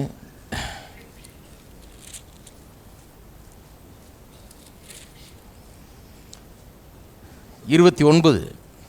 இதோ மலடிகள் பாக்கியவதிகள் என்றும் பிள்ளை பெறாத கற்பங்களும் பால் கொடாத முலைகளும் பாக்கியமுள்ளவர்கள் என்றும் சொல்லப்படும் நாட்கள் வரும். அப்பொழுது மலைகளை நோக்கி எங்கள் மேல் விழுங்கள் என்றும் குன்றுகளை நோக்கி எங்களை மறைத்து கொள்ளுங்கள் என்றும் சொல்ல தொடங்குவார்கள். எதை பற்றி சொல்கிறாருங்க? அப்புறம் சொல்கிறார், பச்சை மரத்துக்கு வேலை செய்தால் பட்ட மரத்துக்கு என்ன செய்ய மாட்டார்கள் என்றார். இதை கொஞ்சம் விளங்கிக்கணும். என்ன பேசுகிறாருங்க? என்ன பேசுகிறாருன்னு சொன்னால், 70 AD 70 இவருடைய மரணத்துக்கு பிறகு சில ஆண்டுகளுக்கு பிறகு எருசலேம் நகருக்கு ஏற்பட்ட பேரழிவு, யூத மக்களுக்கு ஏற்பட்ட பேரழிவை பற்றி பேசுகிறார். இயேசுவை இப்படி நிராகரித்து தள்ளி சிலுவையில் அறையணும்னு சொல்லி கூக்குரலிட்டு அவரை அவமானப்படுத்தி அவரை துப்பி அடித்து சிலுவையில் அறைந்த அதே மக்கள் AD 70 ரோம அரசாங்கம் வந்து அவருடைய பட்டணத்தை எடுத்துக்கொண்டு கட்டடங்களை தரைமட்டமாக்கி இவர்களை வெளியே துரத்தி இவர்களை ஒன்றுமில்லாமல் ஆக்கி துன்புறுத்தி ஏன் தான் பிறந்தமோன்னு ஆகிற அளவுக்கு ஆயிடுச்சு. அதைத்தான் இங்கே வர்ணிக்கிறார். அங்கே வரப்போகிற துன்பத்தை குறித்து சொல்கிறாரு. அவர் சொல்கிறாரு, இதோ மலடிகள் பாக்கியவதிகள் என்றும் பிள்ளை பெறாத கற்பங்களும் பால் கூடாத முலைகளும் பாக்கியமுள்ளவர்கள் என்று சொல்லப்படும் நாட்கள் வரும். அப்பொழுது மலைகளை நோக்கி எங்கள் மேல் விழுங்கள் என்றும் குன்றுகளை நோக்கி எங்களை மறைத்துக் கொள்ளுங்கள் என்றும் சொல்ல தொடங்குவார்கள். AD 70 நடக்க போகிற அந்த சம்பவங்களை சொல்கிறாரு. இப்படிப்பட்ட காரியங்கள்லாம் நடக்க போகிறது. இது அவர்கள் மேலே கொடுக்கப்படுகிற தேவனுடைய நியாய தீர்ப்பு. இயேசுவை புறக்கணித்தவர்கள், தள்ளினவர்கள், அவர்கள் இப்படிப்பட்ட ஒரு நியாய தீர்ப்பை அடைவார்கள். அவர்கள் கொஞ்சம் எண்ணி கூட பார்க்கல எப்படி ஒரு காரியம் நடக்கும். அவங்க நினச்சிட்டாங்க, இந்த ஆளை பிடிச்சிட்டோம், சிலுவையில் அரைஞ்சிட்டோம், நம்ம நினச்சதை செஞ்சிட்டோன்னு. கர்த்தர் சொல்கிறாரு, உன் மேலே வரப்போகிற நியாய தீர்ப்பு உனக்கு தெரியுமா? எப்படிப்பட்ட ஒரு கேடு அனுபவிக்க போகிற தெரியுமா அப்படிங்கிறாரு. அது மட்டும் இல்லை, அந்த கடைசி வசனம், பச்சை மரத்துக்கு இவைகளை செய்தால் பட்ட மரத்திற்கு என்ன செய்வார்கள் என்று சொல்கிறார் பாருங்க. அது என்னன்னு கொஞ்சம் கவனிக்கணும். அது என்ன? பச்சை மரத்தையும் பட்ட மரத்தையும் கம்பேர் பண்ணுறார். அது என்ன கம்பேரிசன்?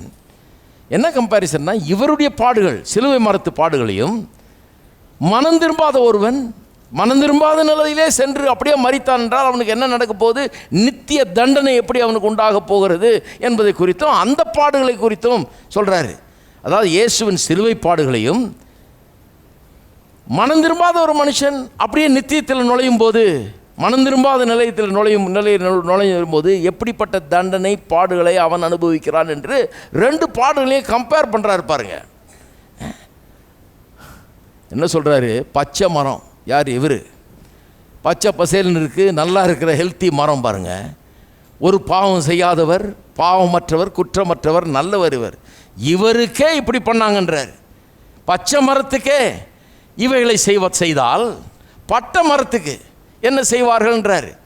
அதாவது பாவமற்றவர், குற்றமற்றவர், இவருக்கே இவ்வளவு மோசமான ஒரு மரணம் கிடைக்குமானால் இவர்கள் குற்றம் உள்ளவர்கள், இவரை கொன்றவர்கள், இவர்களுக்கு எப்படிப்பட்ட காரியம் நடக்கும்ன்றதை பற்றி சொல்கிறாரு. அது மட்டும் இல்லை, இன்னொன்று அங்கே அடங்கி இருக்கு பாருங்க. சொல்கிறாரு, நான் வந்து உங்களுடைய பாவத்தை சுமந்து அதுக்காக தண்டனையை பெற்றேன், தேவனுடைய தண்டனையை பெற்றேன். பச்சை மரம் இப்படிப்பட்ட பாடுகளை பட்டிருக்குது. ஏன்னா உங்களுடைய பாவத்தை சுமந்ததுனால் இப்படிப்பட்ட பாடுகளை நான் பட்டேன். இதை ஏற்றுக்கொண்டு நீங்கள் ரட்சிக்கப்படலாம், மனம் திரும்பலாம், பாவ மன்னிப்பை பெற்றுக்கொள்ளலாம். ஆனால் உங்களுடைய பாவத்தை நீங்களே சுமந்து கொண்டு தீர்த்துக்குள்ளே போனீங்கன்னா அதுக்கு வர்ற தண்டனை பயங்கரமாக இருக்குன்றார் பாருங்கள். காட்டு தீ வந்து காடு எரியும் போது பச்சை மரம் இருக்குது இல்லையா, நல்லா இருக்கிற மரம், அது ஓன்னு பற்றி எரியுமா, பற்றி எரிஞ்சு ஒன்றும் இல்லாமல் போயிடும். அதுவே அப்படி பற்றி எரியும்னா பட்டை மரம் வெறும் விறகுக்கு தான் போய் பிரயோஜனப்படுன்ற மாதிரி இருக்கிற மரம், ஏற்கனவே கெட்டு போன மரம், ஒன்றும் இல்லாமல் இருக்கிற மரம், அது எப்படி எரியுன்றாரு. எனக்கே உங்களுடைய பாவத்தை சுமந்த நிமித்தம் எனக்கு இவ்வளவு பெரிய தண்டனையை பாடை நான் அனுபவிப்பேன் என்றால் உங்களுடைய பாவத்தை நீங்களே சுமந்தால் எவ்வளவு பாடுகளை அனுபவிப்பீர்கள் என்பதை எண்ணி பாருங்கள்னு சொல்லி நித்தியத்தில் வர போகிற அந்த நித்திய தண்டனை, அந்த நித்திய நரகத்தை குறித்து இப்படியாக அவர் சொல்லுகிறார். ரெண்டுத்தையும் கம்பேர் பண்ணுறாரு பாருங்க. ரெண்டுத்துக்கும் சில ஒற்றுமைகளும் வேறுபாடுகளும் இருக்கிறது. சில வேறுபாடுகளை சுட்டி காண்பிக்க விரும்புகிறேன். ஒன்று, இயேசு அங்கே மரித்த போது அவர் குற்றமற்றவராக மரித்தார். அவர் பட்ட பாடுகள் அவர் பட வேண்டிய பாடுகள் இல்லை, அவர் குற்றத்தினால் பட்ட பாடுகள் இல்லை. குற்றம் செய்யாதவராக மனசாட்சியிலே அவர் குற்றமற்றவராக அங்கே மற்றவர்களுக்காக பாடுபட்டார். ஆனால் இவர்கள் நித்தியத்தில் பாடுபடும்போது, நித்தியமாய் பாடுபடும்போது, பாவிகளாகவே இருந்து பாவிகளாக மரித்து பாடுபடும்போது என்ன ஆகுன்றாரு? அவர்களுடைய மனசாட்சி அவர்களை துன்புறுத்துகிறதே ஒரு பெரிய நரகமாக இருக்குன்றார். அவர்கள் செய்த குற்றங்கள், அவர்கள் செய்த தவறுகள், அது அவருடைய மனசாட்சியில் அவ்வளோ ஆழமாக வேலை செய்கின்றார். மனசாட்சி ரொம்ப இதுவரை இல்லாத அளவுக்கு உயிர் பெறுமா நித்தியத்தில். ஒவ்வொரு நாளும் இந்த மனிதர்கள் தங்களுடைய குற்றங்களை, தங்களுடைய பாவங்களை, தாங்கள் செய்த தவறுகளை எண்ணி எண்ணி எண்ணி வருந்துவார்களாம். அதுதான் அந்த தண்டனையின் கூர். அதுதான் அந்த தண்டனையை ரொம்ப வேதனை உள்ளதாக ஆக்குகிறது. அவளுக்கு தெரியும், இதெல்லாம் என்னுடைய இந்த பாடுகள் நான் குற்றமற்றவன் அனுபவிக்கிற பாடலை, நான் பண்ண குற்றத்துக்காக அனுபவிக்கிற பாடுகள் என்று சொல்லி அதை எண்ணி எண்ணி வருந்துவார்களாம். இன்னொன்று, அவர்களுடைய பெருமை, அகங்காரம், அவர்களுக்குள்ளே இருக்கிற இந்த தீமையான குணம், பழி வாங்குகிற குணம், இதெல்லாம் பாருங்கள் நித்தியத்திலே அவர்கள் பிரவேசிக்கும்போது அப்படியே பாவத்தோடு மனம் திரும்பாதவர்களாக பிரவேசிக்கும்போது, நித்தியத்தை கழிக்கும்போது என்ன ஆகுமா? இந்த பெருமை, அகங்காரம், இந்த அவர்களுக்குள்ளே இருக்க தீமையான குணம், வெறுப்பு, பகை, கசப்பு எல்லாம் பயங்கரமாக வேலை செய்யுமா பாருங்கள். அதுதான் வாழ்க்கையை நரகமாக்குறது. நரக அக்னின்னு சொல்கிறாங்க பாருங்கள். வேறு அக்னியே தேவையில்லைங்க, இந்த அக்னியே போதும். இது பற்றி எரியும். இவருடைய இந்த உள்ளே இருக்கிற இந்த சுவாபம், இந்த பெருமை, பொறாமை, பகை, கசப்பு, இப்படிப்பட்ட காரியங்கள்லாம் உள்ள பற்றி எரிந்து அவர்கள் அப்படியே பட்சித்து போடுற அளவுக்கு அப்படி தீப்பற்றி எரிகிறது போல எரியும் என்கிறார்கள். ஆனால் இயேசு சிலுவையில் மரித்த போது அப்படிலாம் அவர்கிட்ட எதுவும் கிடையாது. அவர் தேவனுடைய தண்டனை அனுபவித்தார். அவர் எப்படி அனுபவித்தார்? அவர் மற்றவர்களுடைய பாவங்களை தன் மீது சுமந்தவராய் மற்றவர்களுக்கு நல்லது நடக்கும்படியாக தான் தீமையை ஏற்றுக்கொண்டார். வேதவசனம் சொல்லுது, எபிரேயர் 12ஆம் அதிகாரத்தில் 2ஆம் வசனம் நினைக்கிறேன் சொல்லியிருக்குது, தமக்கு முன்பாக வைக்கப்பட்ட சந்தோஷத்தை பொருட்டு அவர் அவமானத்தை எண்ணாமல் சிலுவையை சகித்தார் என்று சொல்லியிருக்கிறது. அப்போ பாருங்கள், சிலுவை அவர் எப்படி சகித்தார்? அவர் பட்ட பாடுகள் வேறு, நரக வேதனைங்கிறது வேறு.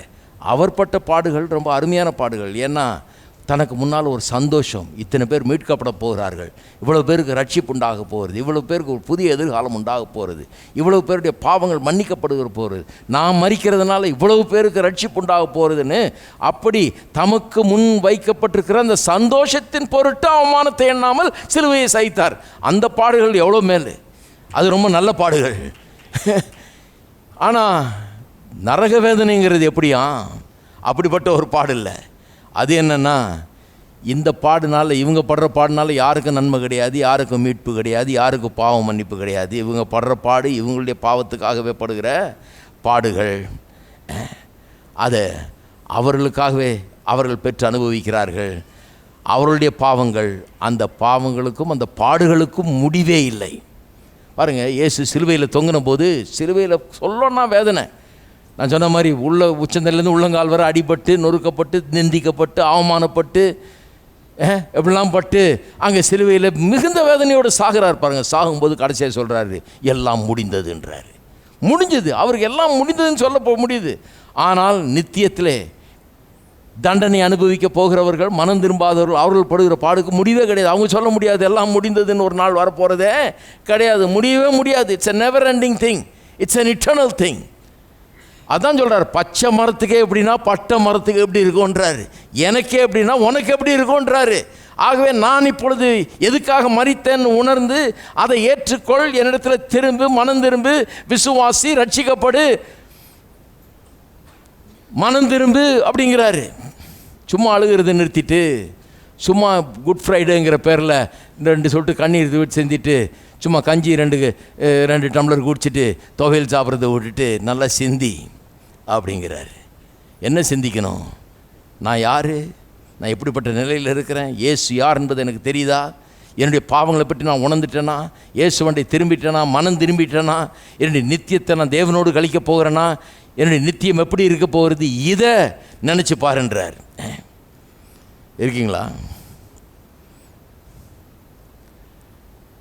என்ன ஒரு அர்த்தமுள்ள விதத்தில் சொல்லித்தரார் பாருங்கள், எப்படி சிலுவையை பார்க்கணும். அப்போ எப்படி சிலுவையை பார்க்கணும் நாம் இன்றைக்கு? எப்படி சிலுவையை காண வேண்டும்? நீங்கள் எப்படி காண்றீங்க? கொஞ்சம் யோசித்து பாருங்கள். வெறும் சென்டிமெண்ட்லாம் பார்க்குறீங்களா? இதோ அவர் கஷ்டப்பட்டார், அவர் துன்பப்பட்டார் அப்படின்னு பார்க்குறீங்களா? இல்லை இல்லை இல்லை, அது தேவனுடைய சித்தத்தினால் நிறைவேறின ஒரு காரியம். தேவன் அதுக்காகவே அவர் அனுப்பிச்சார், அதனால் நிறைவேறிச்சு. அதை பற்றி வருத்தப்படுறதுக்கு ஒன்றும் இல்லை. அதை நான் புரிஞ்சு கொள்ளணும், அதனுடைய நன்மையை நான் பெற்றுக்கொள்ள வேணும், அதன் மூலமாக உண்டாகிற பாவ மன்னிப்பை நான் பெற்றுக்கொள்ள வேணும். அப்படி எண்ணுகிறீர்களா? உங்களுக்காக நீங்கள் அழுதுருக்கிறீங்களா? உங்களுடைய பாவங்களுக்காக, உங்களுடைய பாவ நிலையை எண்ணி வருந்தி அவரிடத்தில் திரும்பி இருக்கிறீங்களா? அதுதான் ரொம்ப முக்கியம். பாருங்கள், அவருக்காக அழுது பிரயோஜனம் கிடையாது. சாவுலெல்லாம் பிரசங்கம் பண்ணும்போது நான் சொல்லுவேன், நிறைய பேர் போனவர் போயிட்டாருன்னு அழுதுட்டு இருக்கிறாங்க. அவர் ரொம்ப சந்தோஷமாக இருக்கிறார் போனவர். ஏன்னா பாடுகள்லாம் இங்கே தான். போன பிறகு என்ன பாடு அவருக்கு? இங்கே இருந்தப்போ அவர் வியாதி கீதி அந்த கஷ்டம் இந்த கஷ்டம்லாம் பட்டாச்சு. செத்த பிறகு அவர் எல்லா கஷ்டத்துலேருந்து ரிலீவ் ஆகிட்டார். இவங்களுக்கு அதுதான் தெரியல. அவர் இன்னும் இங்கேயே இருந்து இன்னொரு 10 வருஷம் பாடுபட்டுக்கிட்டே இருக்கணும்னு அவங்க நினைக்கிறாங்க, நான் பார்த்துக்கிட்டே இருக்கணும்னு. ஆனால் அவர் அங்கே போயிட்டார். அவர் சொல்கிறார், அப்பா என்னை தயவுசெய்து கூப்பிடாத, நான் வரவே மாட்டேன். இங்கே பரலோகத்தில் இருக்கிறேன், ரொம்ப அற்புதமான இடத்துல இருக்கேன், என்ன அங்கே கூப்பிடாதுன்றார். அதனால் நான் எப்போவுமே அவங்களுக்கு ஃபோக்கஸ் பண்ணுறது என்னென்னா, அவருக்காக அழாதீங்க. யாருக்காக அழுங்க? உங்களுக்காக அழுங்க. அவரை பார்த்து அழாதீங்க, ஐயோ அவர் போயிட்டாருன்னு சொல்லி. நாம் எப்படி இருக்கோன்றதை யோசித்து பாருங்கள். அதே தான் ஏசு இங்கே சொல்கிறார் பாருங்கள். லாசரு கல்லறைக்கு போகிறாரு, எழுப்ப போகிறோன்ற அந்த எண்ணத்தோடு போகிறார். வேணும்னே 4 நாள் லேட்டாக போகிறாரு. அதன் மூலமாக தேவனுடைய நாமத்துக்கு மகிமை உண்டாகும். மரித்தவனை உயிரோடு எழுப்ப போகிறோம்லாம் தெரியுது இவருக்கு. சொல்கிறாரு, தேவனுடைய மகிமையை காண்பாய், விசுவாசித்தால் தேவனுடைய மகிமையை காண்பாய்ன்னு சொல்லி போய் கல்லறையில் நிற்கிறாரு. ஆனால் கண்ணீர் விட்டார்னு வருது. அது என்னது? அது எழுப்ப போகிறோன்னு தெரியுது அவருக்கு. திட்டமிட்டு வர்றாரு. எழுப்ப முடியும்னு தெரியும், எழுப்ப போகிறோன்னு தெரியும், இதுதான் கர்த்தருடைய சித்தம் தெரியும். எழுப்புறதுக்காகவே வந்துட்டார். அப்புறம் ஏன் கண்ணீர் விடணும்? இப்போ நீங்கள் இருக்கிறீங்க, உங்களை செத்த ஒரு ஆளை உயிரோடு எழுப்ப முடியும்னா கல்லறைக்கு போய் கண்ணீர் விட்டுட்டு நிற்பீங்க. கண்ணீர் விடுறவங்களெல்லாம் என்ன சொல்லுவீங்க? அழாதீங்க அப்படிம்பீங்க. ஆனால் அவர் கண்ணீர் விட்டார்ன்றது. ஏன் கண்ணீர் விட்டார்? நான் சொல்கிறேன் ஏன் கண்ணீர் விட்டார்னு. செத்தவனுக்காக இல்லை. ஏன்னா செத்தவன் இன்னும் சில நிமிஷங்கள் எழுப்பிட்டார் அவனை. அவனுக்காக கண்ணீர் விட வேண்டிய அவசியம் இல்லை. எதுக்காக கண்ணீர் விட்டார் தெரியுமா? அங்கே விசுவாசியாத யூதர்கள் அநேகர் இருந்தாங்க, இவரை பகைக்கிறவர்கள். எவ்வளோ பிரசங்கம் பண்ணி எருசலேமில் போய் திரும்பி திரும்பி பிரசங்கம் பண்ணி எல்லாம் சொல்லி ஒன்றுத்துக்கு விசுவாசியாத ஆட்கள், முரட்டாட்டம் பிடித்த ஆட்கள் நிறைய பேர் நின்றுருக்காங்க. அவர்களை பார்த்து தான் அழுகிறார். அவர்களுக்காக தான் அழுகிறாரு. செத்தவனை கூட உயிரோடு எழுப்பிடலாம், ஆனால் விசுவாசியாதவனை விசுவாசிக்க வைக்கிறது தான் ரொம்ப கஷ்டம்.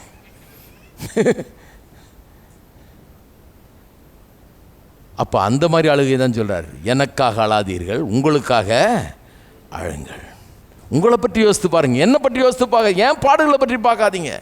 ஏன் பாடுகள் தேவனுடைய சித்தத்தின்படி நடந்தது, அவருடைய நோக்கத்தின்படி நடந்தது, அது அவருடைய திட்டம். அதை நான் சந்தோஷமாக ஏற்றுக்கொண்டேன். எனக்கு முன்பாக வைத்திருக்கிற சந்தோஷத்தின் பொருட்டு அவமானத்தை எண்ணாமல் சிலுவையை நான் சகிக்கிறேன். இதுக்காக நீங்கள் அழுகிறீங்க, இது கர்த்தருடைய சித்தத்தை நான் நிறைவேற்றுகிறேன். உங்களுக்காக நீங்கள் அழுங்க, உங்களுடைய பாவத்துக்காக, உங்களுடைய இதுக்காக நீங்கள் வருத்தப்பட்டு அவரிடத்தில் திரும்பி மனம் திரும்பி புது வாழ்வை பெற்றுக்கொள்ளுங்கள்ன்றார். நான் கேட்கிறேன், இன்றைக்கு அப்படிப்பட்ட ஒரு மனம் திரும்புதலும் புது வாழ்வும் நமக்கு உண்டாயிருக்கிறதா? அதுதான் மெய்யான குட் ஃப்ரைடே செலிப்ரேஷன். அதுதான் மெய்யான குட் ஃப்ரைடே செலிப்ரேஷன். மீதியெல்லாம் சும்மா சம்பிரதாயம்தான். இதுதான் குட் ஃப்ரைடே செலிப்ரேஷன். மூஞ்சி உம்முன்னு வச்சிட்டு இருக்கிறது குட் ஃப்ரைடே இல்லை. சோக பாட்டு பாடுறது குட் ஃப்ரைடே இல்லை. அது சொல்கிற அழாதீர்கள், வெறும் கஞ்சியும் தொகையிலும் சாப்பிட்றது குட் ஃப்ரைடே இல்லை. உள்ள மனம் திரும்புவது தான் குட் ஃப்ரைடே. கல்வாரி சிலுவையில் அவர் எனக்காக மரித்தார் என்ற உணர்வை பெறுறது தான் குட் ஃப்ரைடே. எனக்குள்ள ஒரு பெரிய மனம் திரும்புதல் உண்டாகிறது, அதுதான் குட் ஃப்ரைடே. எத்தனை பேர் அப்படி குட் ஃப்ரைடே செலிப்ரேட் பண்ண போகிறீங்கன்றீங்க? மெய்யான விதத்தில் செலிப்ரேட் பண்ணுங்கள். இங்கே கோயிலுக்கு வந்துட்டு சும்மா பாரம்பரியமாக அப்படி செலிப்ரேட் பண்ணக்கூடாது. மெய்யான விதத்தில் செலிப்ரேட் பண்ணணும். இன்றைக்கு சிந்திக்க வேணும், நான் அப்படி வந்திருக்கேனா, நான் மனம் திரும்பி இருக்கேனா, எனக்கு இந்த பாவ மன்னிப்பாகிய மீட்பு உண்டாயிருக்குதா, நான் நித்தியமாக அவரோடு கூட வாழ போகிறேன்னா, அல்லது நித்தியத்தில் தண்டனை அனுபவிக்க போகிறேன்னா, எப்படி இருக்க போகிறேன், அதை தீர்மானம் பண்ணுங்கள். அதுக்கு தான் இந்த நாள் குட் ஃப்ரைடே. இந்த நாளுடைய முக்கியத்துவம் அதை குறித்தது. எல்லோரும் எழுந்து நிற்போம். ஸ்தோத்திரம். எல்லாரும் கரங்களை வைத்து கர்த்தரை ஸ்தோத்திரிப்போம். ஸ்தோத்திரம். எங்கள் அன்பின் பிதாவே, கர்த்தராகிய இயேசுவின் நாமத்தில் மண்டையில் வருகிறோம், உம்மை துதிக்கிறோம், உம்மை ஸ்தோத்திரிக்கிறோம். கர்த்தாவே, நீர் நல்லவர், அற்புதமானவர். மெய்யாகவே இவெல்லாம் நாங்கள் நினைக்கிறபடி அல்ல, உம்முடைய கண்ணோட்டத்தில் எல்லாவற்றையும் பார்க்க நீர் எங்களுக்கு உதவி செய்தபடியால் உமக்கு ஸ்தோத்திரம். சிலுவையை நீர் காண்கிறபடி நாங்கள் காணும்படி செய்தபடியால் உமக்கு ஸ்தோத்திரம். எனக்காக அழ வேண்டாம், உங்களுக்காக அழுங்கள் என்று சொன்னீரே. எவ்வளவு பெரிய உண்மை இந்த வார்த்தைகள் வெளிப்படுத்துகிறது என்பதை இன்றைக்கு யோசித்து பார்க்கிறோம். கர்த்தாவே, நாங்கள் உமக்காக அழ வேண்டியதில்லை. தேவனுடைய சித்தத்தின்படி நீர் வந்தீர், மரித்தீர், எங்கள் பாடுகளை சுமந்தீர், எங்கள் பாவங்களை சுமந்தீர், எங்களுடைய சாபத்தை சுமந்தீர், பாவமானீர், சாபமானீர், பிசாசின் வல்லமையை முறித்தீர், எல்லாவற்றையும் எங்களுக்காக செய்து முடித்தீர். இது அழுகிற காரியம் அல்ல. இதை உணர்ந்து இதை ஏற்றுக்கொண்டு சந்தோஷப்பட வேண்டியவர்கள் நாங்கள். சிலுவையை பற்றி மட்டுமே மேன்மை பாராட்டுகிறேன் ஒழிய வேறொன்றை பற்றி மேன்மை பாராட்டுவது இல்லை என்று பவுல் சொன்னது போல நாங்களும் சிலுவையை குறித்து மட்டுமே மேன்மை பாராட்டுகிறவர்களாக இருக்கிறோம். இயேசுடைய சிலுவை, அவருடைய மரணம், அது எங்களுக்கு என்ன செய்திருக்கிறது என்பதை இன்றைக்கு மேன்மை பாராட்டுகிறோம். அதற்காக உம்மை துதிக்கிறோம், உம்மை ஸ்தோத்தரிக்கிறோம், அதை எண்ணி பூரிக்கிறோம். இன்றைக்கு அழுகையை நிறுத்துகிறோம், மனம் திரும்புகிறோம், உம்மிடத்தில் திரும்புகிறோம். உம்முடைய சமாதானத்தையும் உம்முடைய சந்தோஷத்தையும் ரட்சிப்பையும் பாவ மன்னிப்பையும் பெற்றுக்கொள்கிறோம். உமக்குள்ளே மகிழ்ந்து களி கூறுகிறோம். இன்றைக்கு நாங்கள் உம்முடைய பிள்ளைகளாக இருக்கிறோம். கர்த்தாவே, பாவங்கள் நீக்கப்பட்டது, நாங்கள் ஆசீர்வதிக்கப்பட்டவர்கள். நித்தியமாக இந்த ஆசீர்வாதம் எங்களுக்கு சொந்தமாக இருக்கிறது. வேதனை எங்களுக்கு சொந்தமில்லை, ஆசீர்வாதம் எங்களுக்கு சொந்தமாக இருக்கிறது. உம்மை துதிக்கிறோம், உம்மை ஸ்தோத்திரிக்கிறோம். இந்த காரியங்கள்லாம் உணர்ந்தவர்களாக இன்றைக்கு இந்த நாளை மக்கள் கர்த்தாவை அனுசரிக்கட்டும், இதை எண்ணி பார்க்கட்டும். உம்மிடத்தில் திரும்பாதவர்கள் இன்றைக்கு திரும்பட்டும், தங்கள் உள்ளங்களை திறக்கட்டும், ஒரு புது வாழ்வு உண்டாகட்டும், பாவ மன்னிப்பு என்கிற மீட்பு உண்டாகட்டும், புதிய வாழ்க்கையின் ஆரம்ப நாளாக இன்றைக்கு அநேகருக்கு இருக்கட்டும். தேவ ஆசீர்வாதம் ஒவ்வொருவர் மீது தங்கட்டும். இயேசு கிறிஸ்துவின் நாமத்தினாலே ஜெபிக்கிறோம், ஆமென். நம்முடைய கர்த்தராகிய இயேசு கிறிஸ்துவின் கிருபையும் பிதாவாகி தேவனுடைய அன்பும் பரிசுத்த ஆவியானவருடைய ஐக்கியம் நம் அனைவரோடும் இன்றைக்கும் என்றைக்கும் இருப்பதாக, ஆமென்.